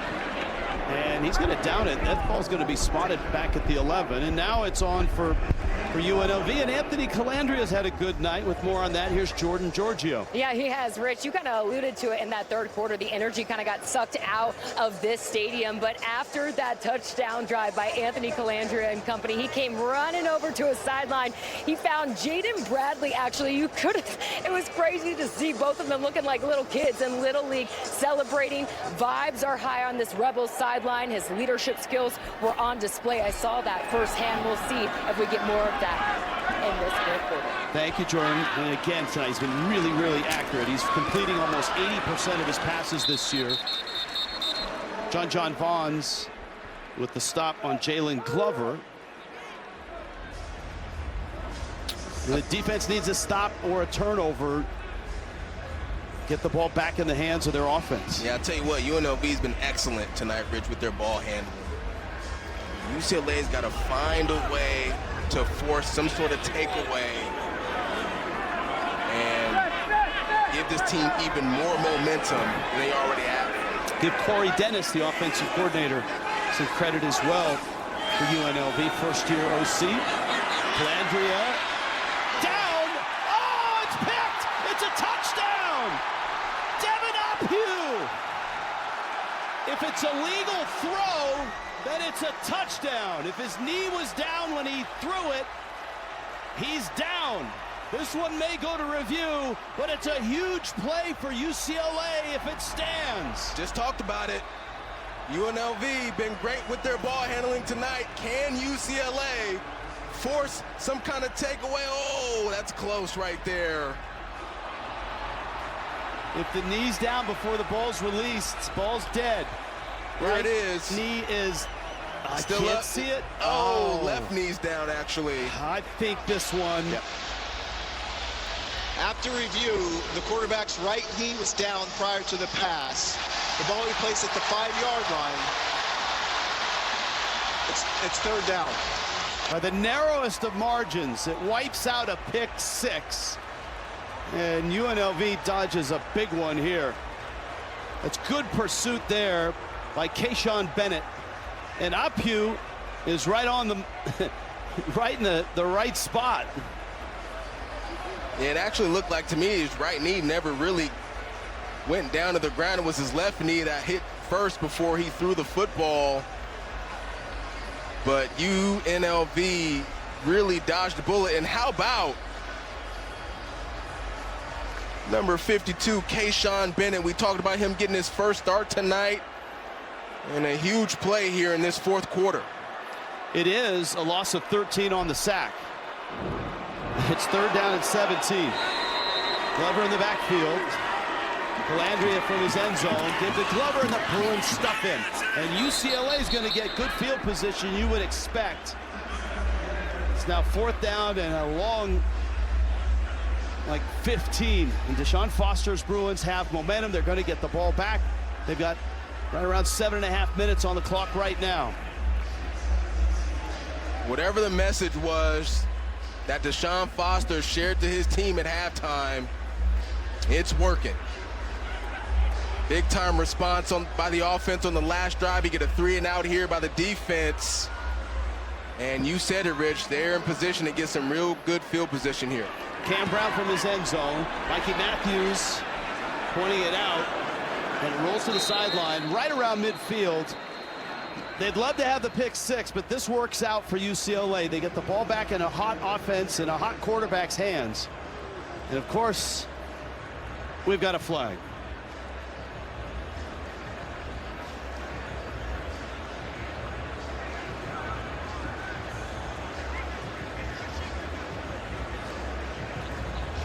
It's a 43-yard punt.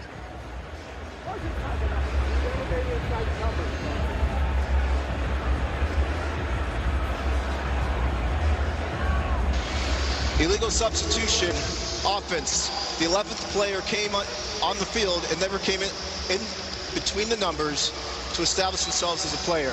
It's half the distance to the goal. It's fourth down. They're going to re-kick it. They're going to force him, and it's going to really back Brown up to the back of the end zone here. So they had the ball at midfield. They think they can get better field position. So when you come in as a substitute player, you have to come inside the numbers, so past the numbers essentially.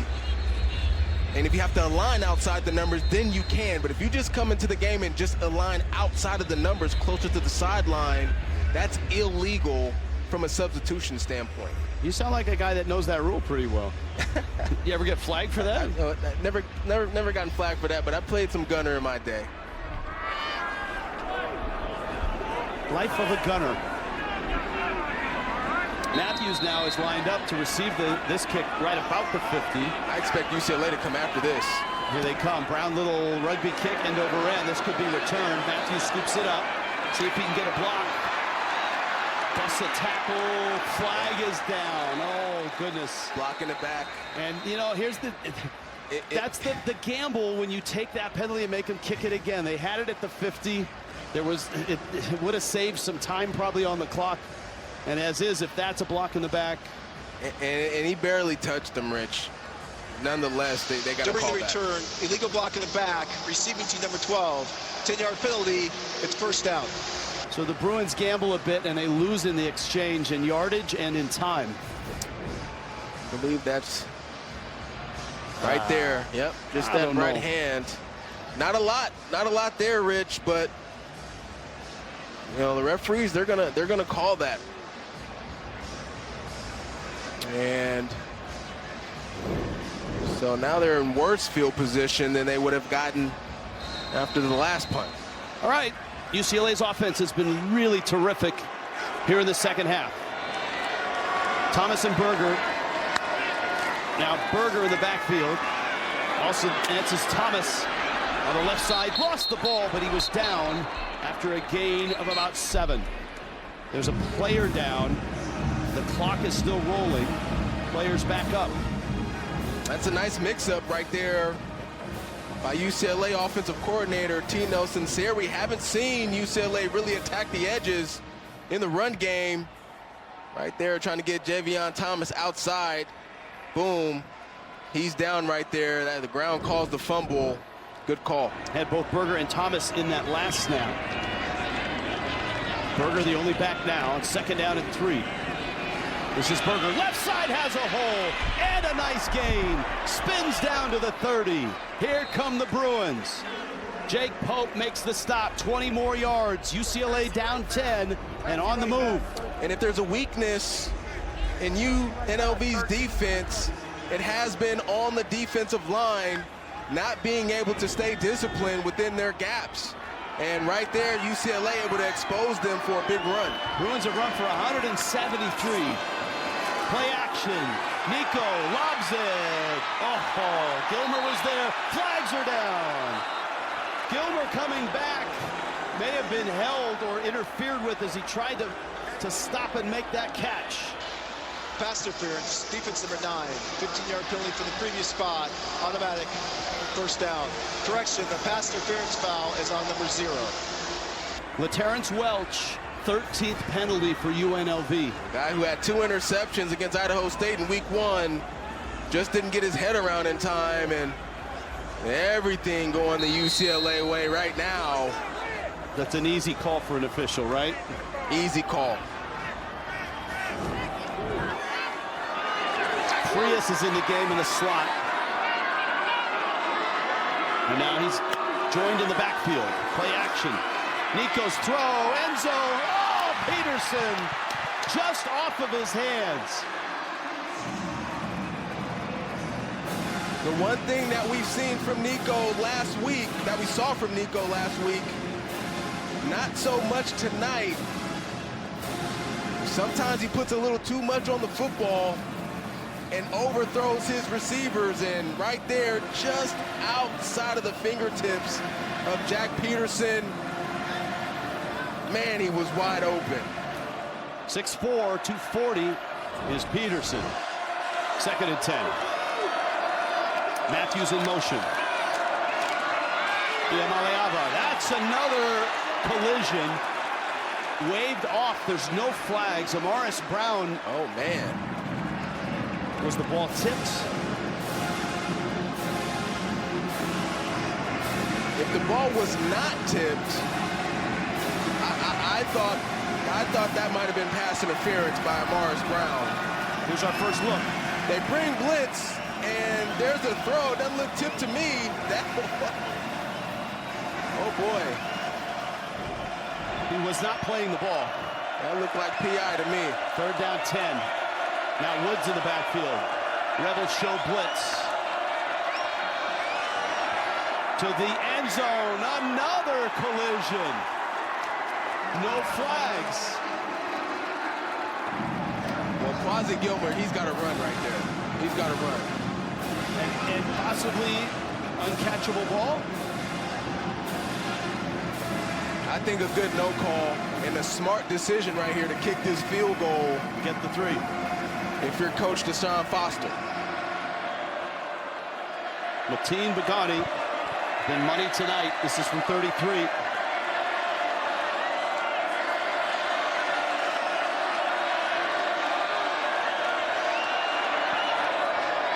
Kick is up, and it's good.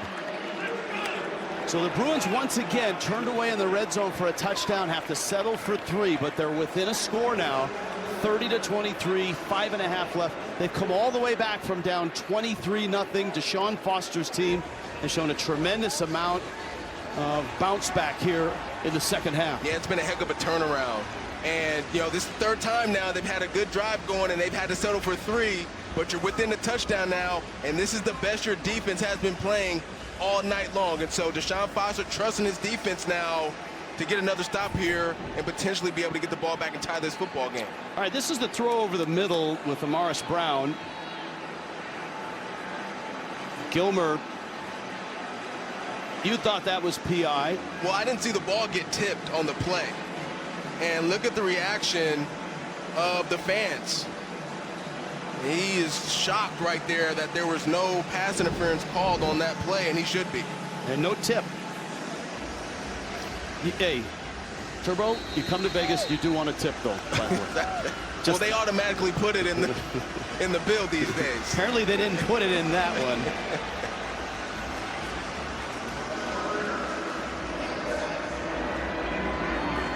This has been 2 very different halves of football as Begani gets set to kick off. And that Bruin defense needs to get that ball back. In that first half, UNLV was incredible. They were up 23-0. They went in at half up 23-3. Look at the total yardage from first half to second half. A complete turnaround by UCLA offensively, and I think they just went back to the basics. They kept it simple. They took out a lot of the motion and shifts, and they just lined up and started playing football, and I think that's been one of the biggest differences for UCLA in this football game. Now Anthony Calandria and the Rebels take over. Second half possessions, punt, touchdown, punt. And a near disaster pick 6 that was called a sack. That's Bradley with the catch. And he's got a gain of about 6, maybe 7. Devin Ophew, who thought he had the pick 6 on that last possession by UNLV. Calandria's knee was down when he threw it. And we're approaching 5 minutes.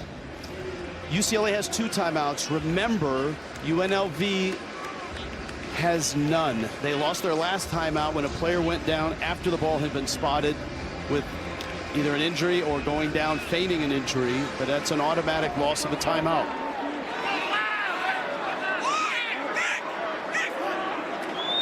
Calandria 15 of 19. Thomas's carry is short of the first down, but not by much. 3rd and less than a yard. Gary Smith, the stop for UCLA.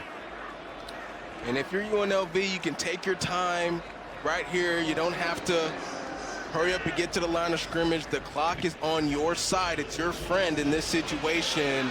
And to me, this has to be the Anthony Calandria and Jaden Thomas show.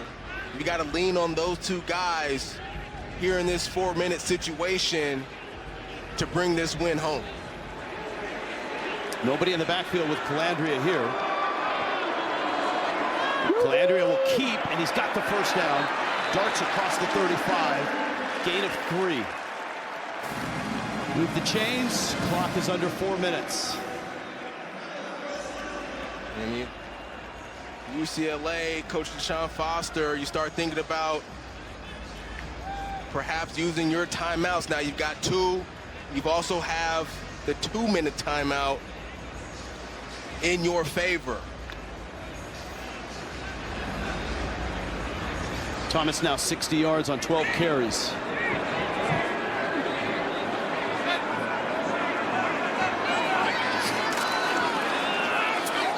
Thomas wrapped up, dropped. Ball pops out. Nope, he held it. He pops out. Cole Martin trying to wrestle it away from him. It's a nice stop on that first down carry for the Bruins defense. UCLA gave up 286 yards last week against Utah. They gave up a lot of yards in the first half here. They really have tightened it up. Ikaika Malloy's defense.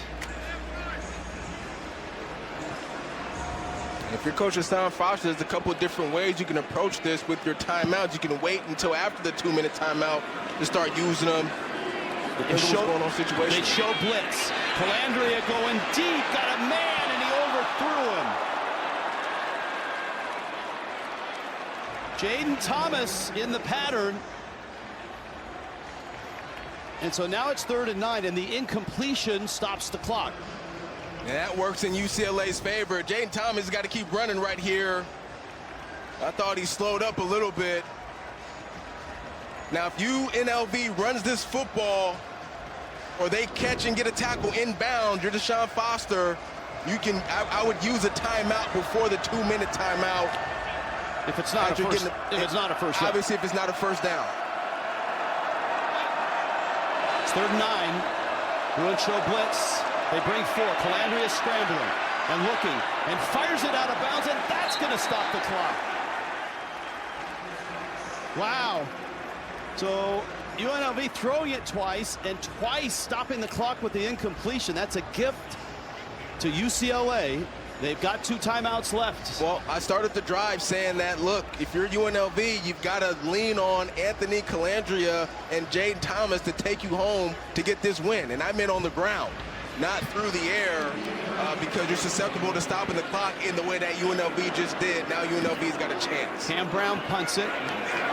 Fair catch called for by Matthews, and he makes it. Long way to go, but enough time to get there. With 2:19 left, UCLA has the football, and they're down 7. The offense has been quickened in the second half. Nico Iamaleava and his cast of characters. Just 3 points in the first half. They put up 20 here. And this is kind of what they envisioned in Westwood when Nico jumped from Tennessee. 23 of 32, 186. Dynamic with the ball in his hand, 59 yards on the ground.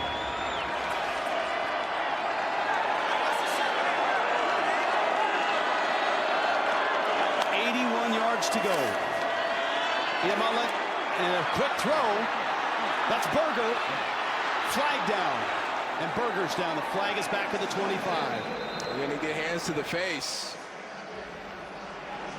Tino Sunseri, the offensive coordinator, well designed.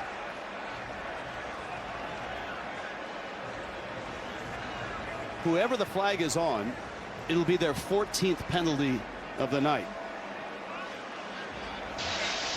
Personal foul, hands to the face, offense number 74. Half the distance to go from the spot of the foul. It's first down. So it negates a 19-yard pickup. It's Julian Armella. There it is right there, that left. Oh, that's right in the middle of the view of the official, too. Well executed play, negated by an unnecessary penalty. So two timeouts left. The 2-minute timeout is 10 seconds away. Hey, write that down. 74. Iamaleava. Anthony Woods in the backfield.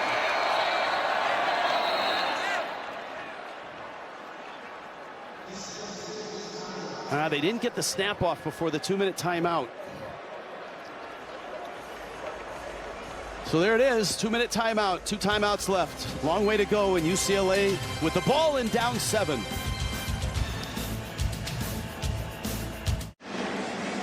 Two minutes left in Las Vegas.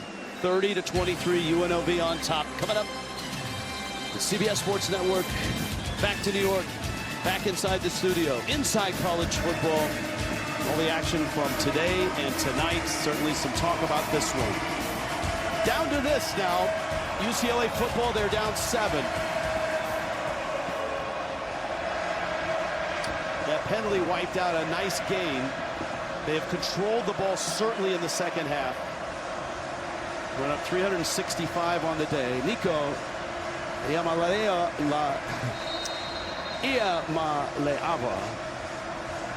Let me unfold my tongue as this drive continues after the penalty.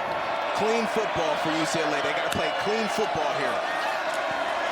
Nico back, fires one, middle, knocked away, broken up. Alu Tuiole Motu got a hand on it. Second down and 16. Yeah, Tuiole Motu sitting in zone coverage. Oh, that ball gets tipped at the line of scrimmage. Yeah, that's Adalea. And then that allows Tuiole Motu then to get another hand on the football, knock it down. Nice job there by Adalea. Second down 16. Iamaleava. Time, sideline, caught. Did he get a foot down? Yes, he did. That's a terrific catch by Gilmer. And Gilmer is still down. He took a wallop, held the ball, and apparently had the toe down. And that's a first down. There's a catch. Toes are down. You see the trail of rubber. Control of the football. 21 yards. Boy, that is a tough play right there. If the Bruins win this game or tie this game, that catch is going to stand out on this drive. Tough catch by a tough player, Rich. Now the feet are down. No review. Nico back to work. This one caught. Staples with the catch. And he's brought down. Clock continues to roll. He wasn't out of bounds. UCLA hurrying up. Don't need to use any timeouts right now for Deshaun Foster. Keep the chains, keep the drive moving here. Blitz comes. He's hit. Oh, diving catch. Staples again. First down. Clock stops. Into UNLV territory at the 48. Iamaleava, just watch him sit in the pocket, to take a hit, deliver the football. He's playing great here in the second half. Quick snap, 1st and 10. Another little toss there. That's caught. That's up by Woods, and Woods has got a first down.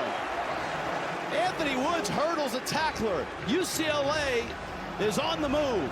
This is execution at a high level by Anthony Woods. Watch that, boom.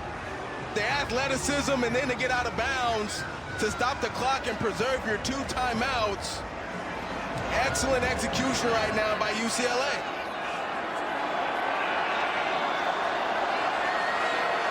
First and 10 for the 37. Another blitz. Another throw. On the money. Caught there. Gilmer. Another first down. The Bruins are moving.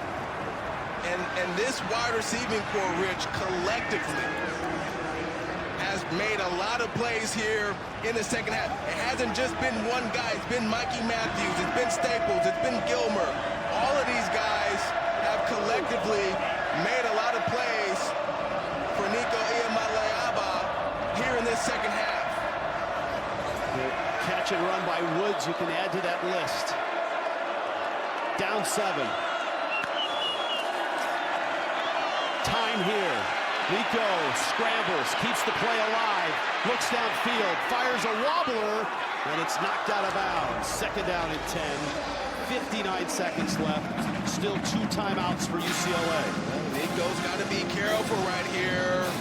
We know you're a playmaker. This is good coverage by UNLV down the field. Everybody's covered there, decides to roll to his right. Just throw that football away, live to play the next down. Iamaleava on this drive, 6 of 8, 69 yards.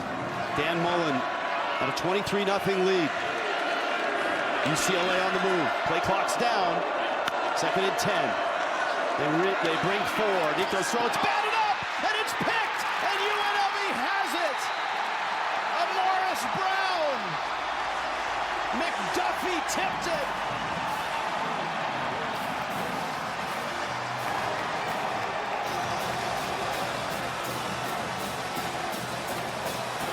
And that should do it for UNLV. Heartbreaker.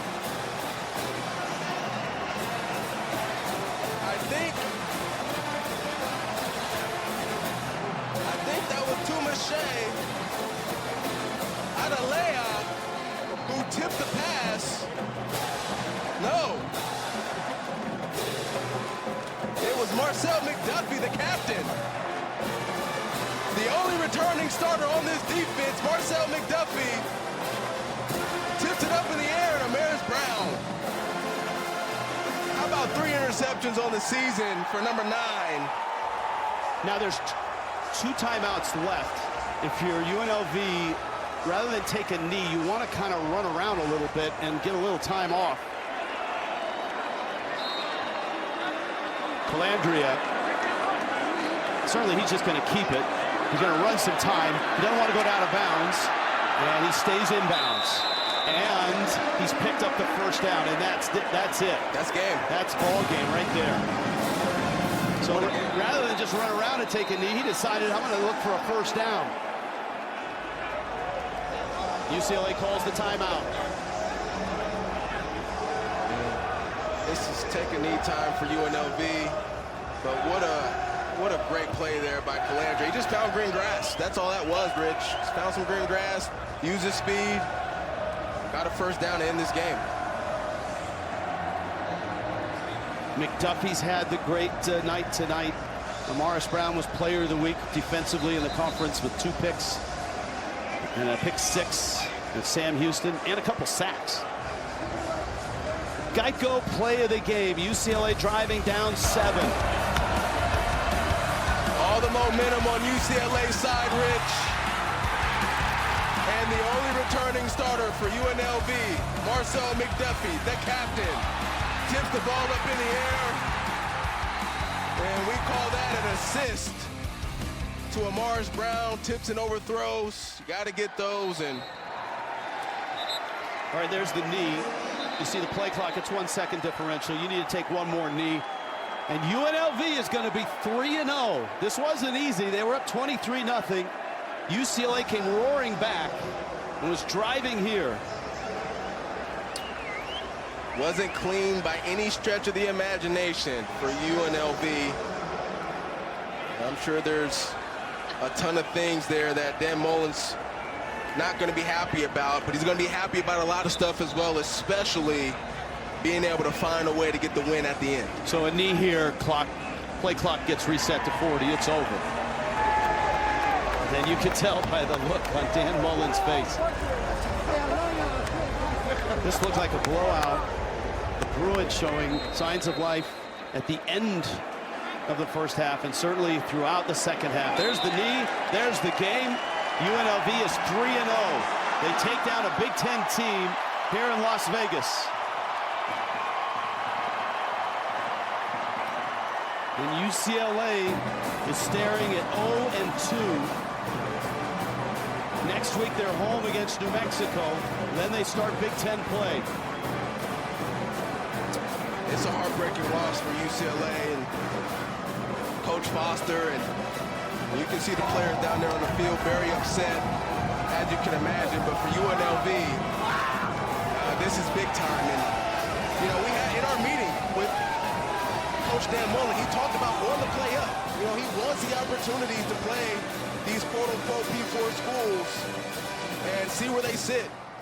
And they did a nice job tonight getting this win.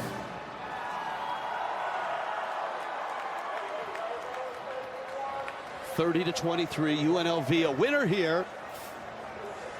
You hope for UCLA they can take something out of this 2nd half, bottle it up, and keep it for the rest of the year. Let's go down to Jordan Giorgio. Jordan? Anthony, your coach has said since the start this team was going to put on the best show in Las Vegas. Tonight you did it on the biggest stage against UCLA. How special is this win for you and this team? No, this is so huge for our program, and we've been thinking about this game since January. So this is awesome to come out here and execute as a whole team. Have you heard these MVP chants behind you? This is awesome. But at the end of the day, our defense played at a high level, special teams played at a high level, and our offensive line executed at a high level too. I talked to Coach Dan Mullen at the end of the third, and he said you guys had to have a massive drive to enter the fourth. What was going through your minds when you took off for that 33-yard run that set you guys up for that touchdown? The biggest thing was just trying to protect the football. I didn't want to fumble or drop it or anything like that, but Marquise made a great block for the perimeter, and I just tried to get down. 3-0, a statement win over UCLA. What does this say about the state of UNLV football right now? It means a lot for this team. We've worked our butts off since January. It's a whole new football team, and I love how everyone has bought in, and we played like a team, so that's the biggest thing. Congrats, go enjoy it. Thank you so much. Thank you, Jordan. Nice job tonight. Dan Mullen, they have 2 byes now over the next 4 weeks, so they get Miami of Ohio on the 20th of September, and then they don't play till the 4th of October on the road at Wyoming. Rebels came out roaring, a 23-0 lead.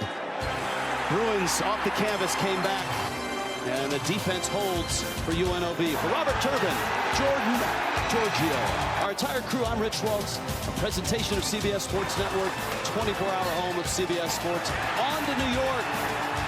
Rebels 3-0. So long from Las Vegas.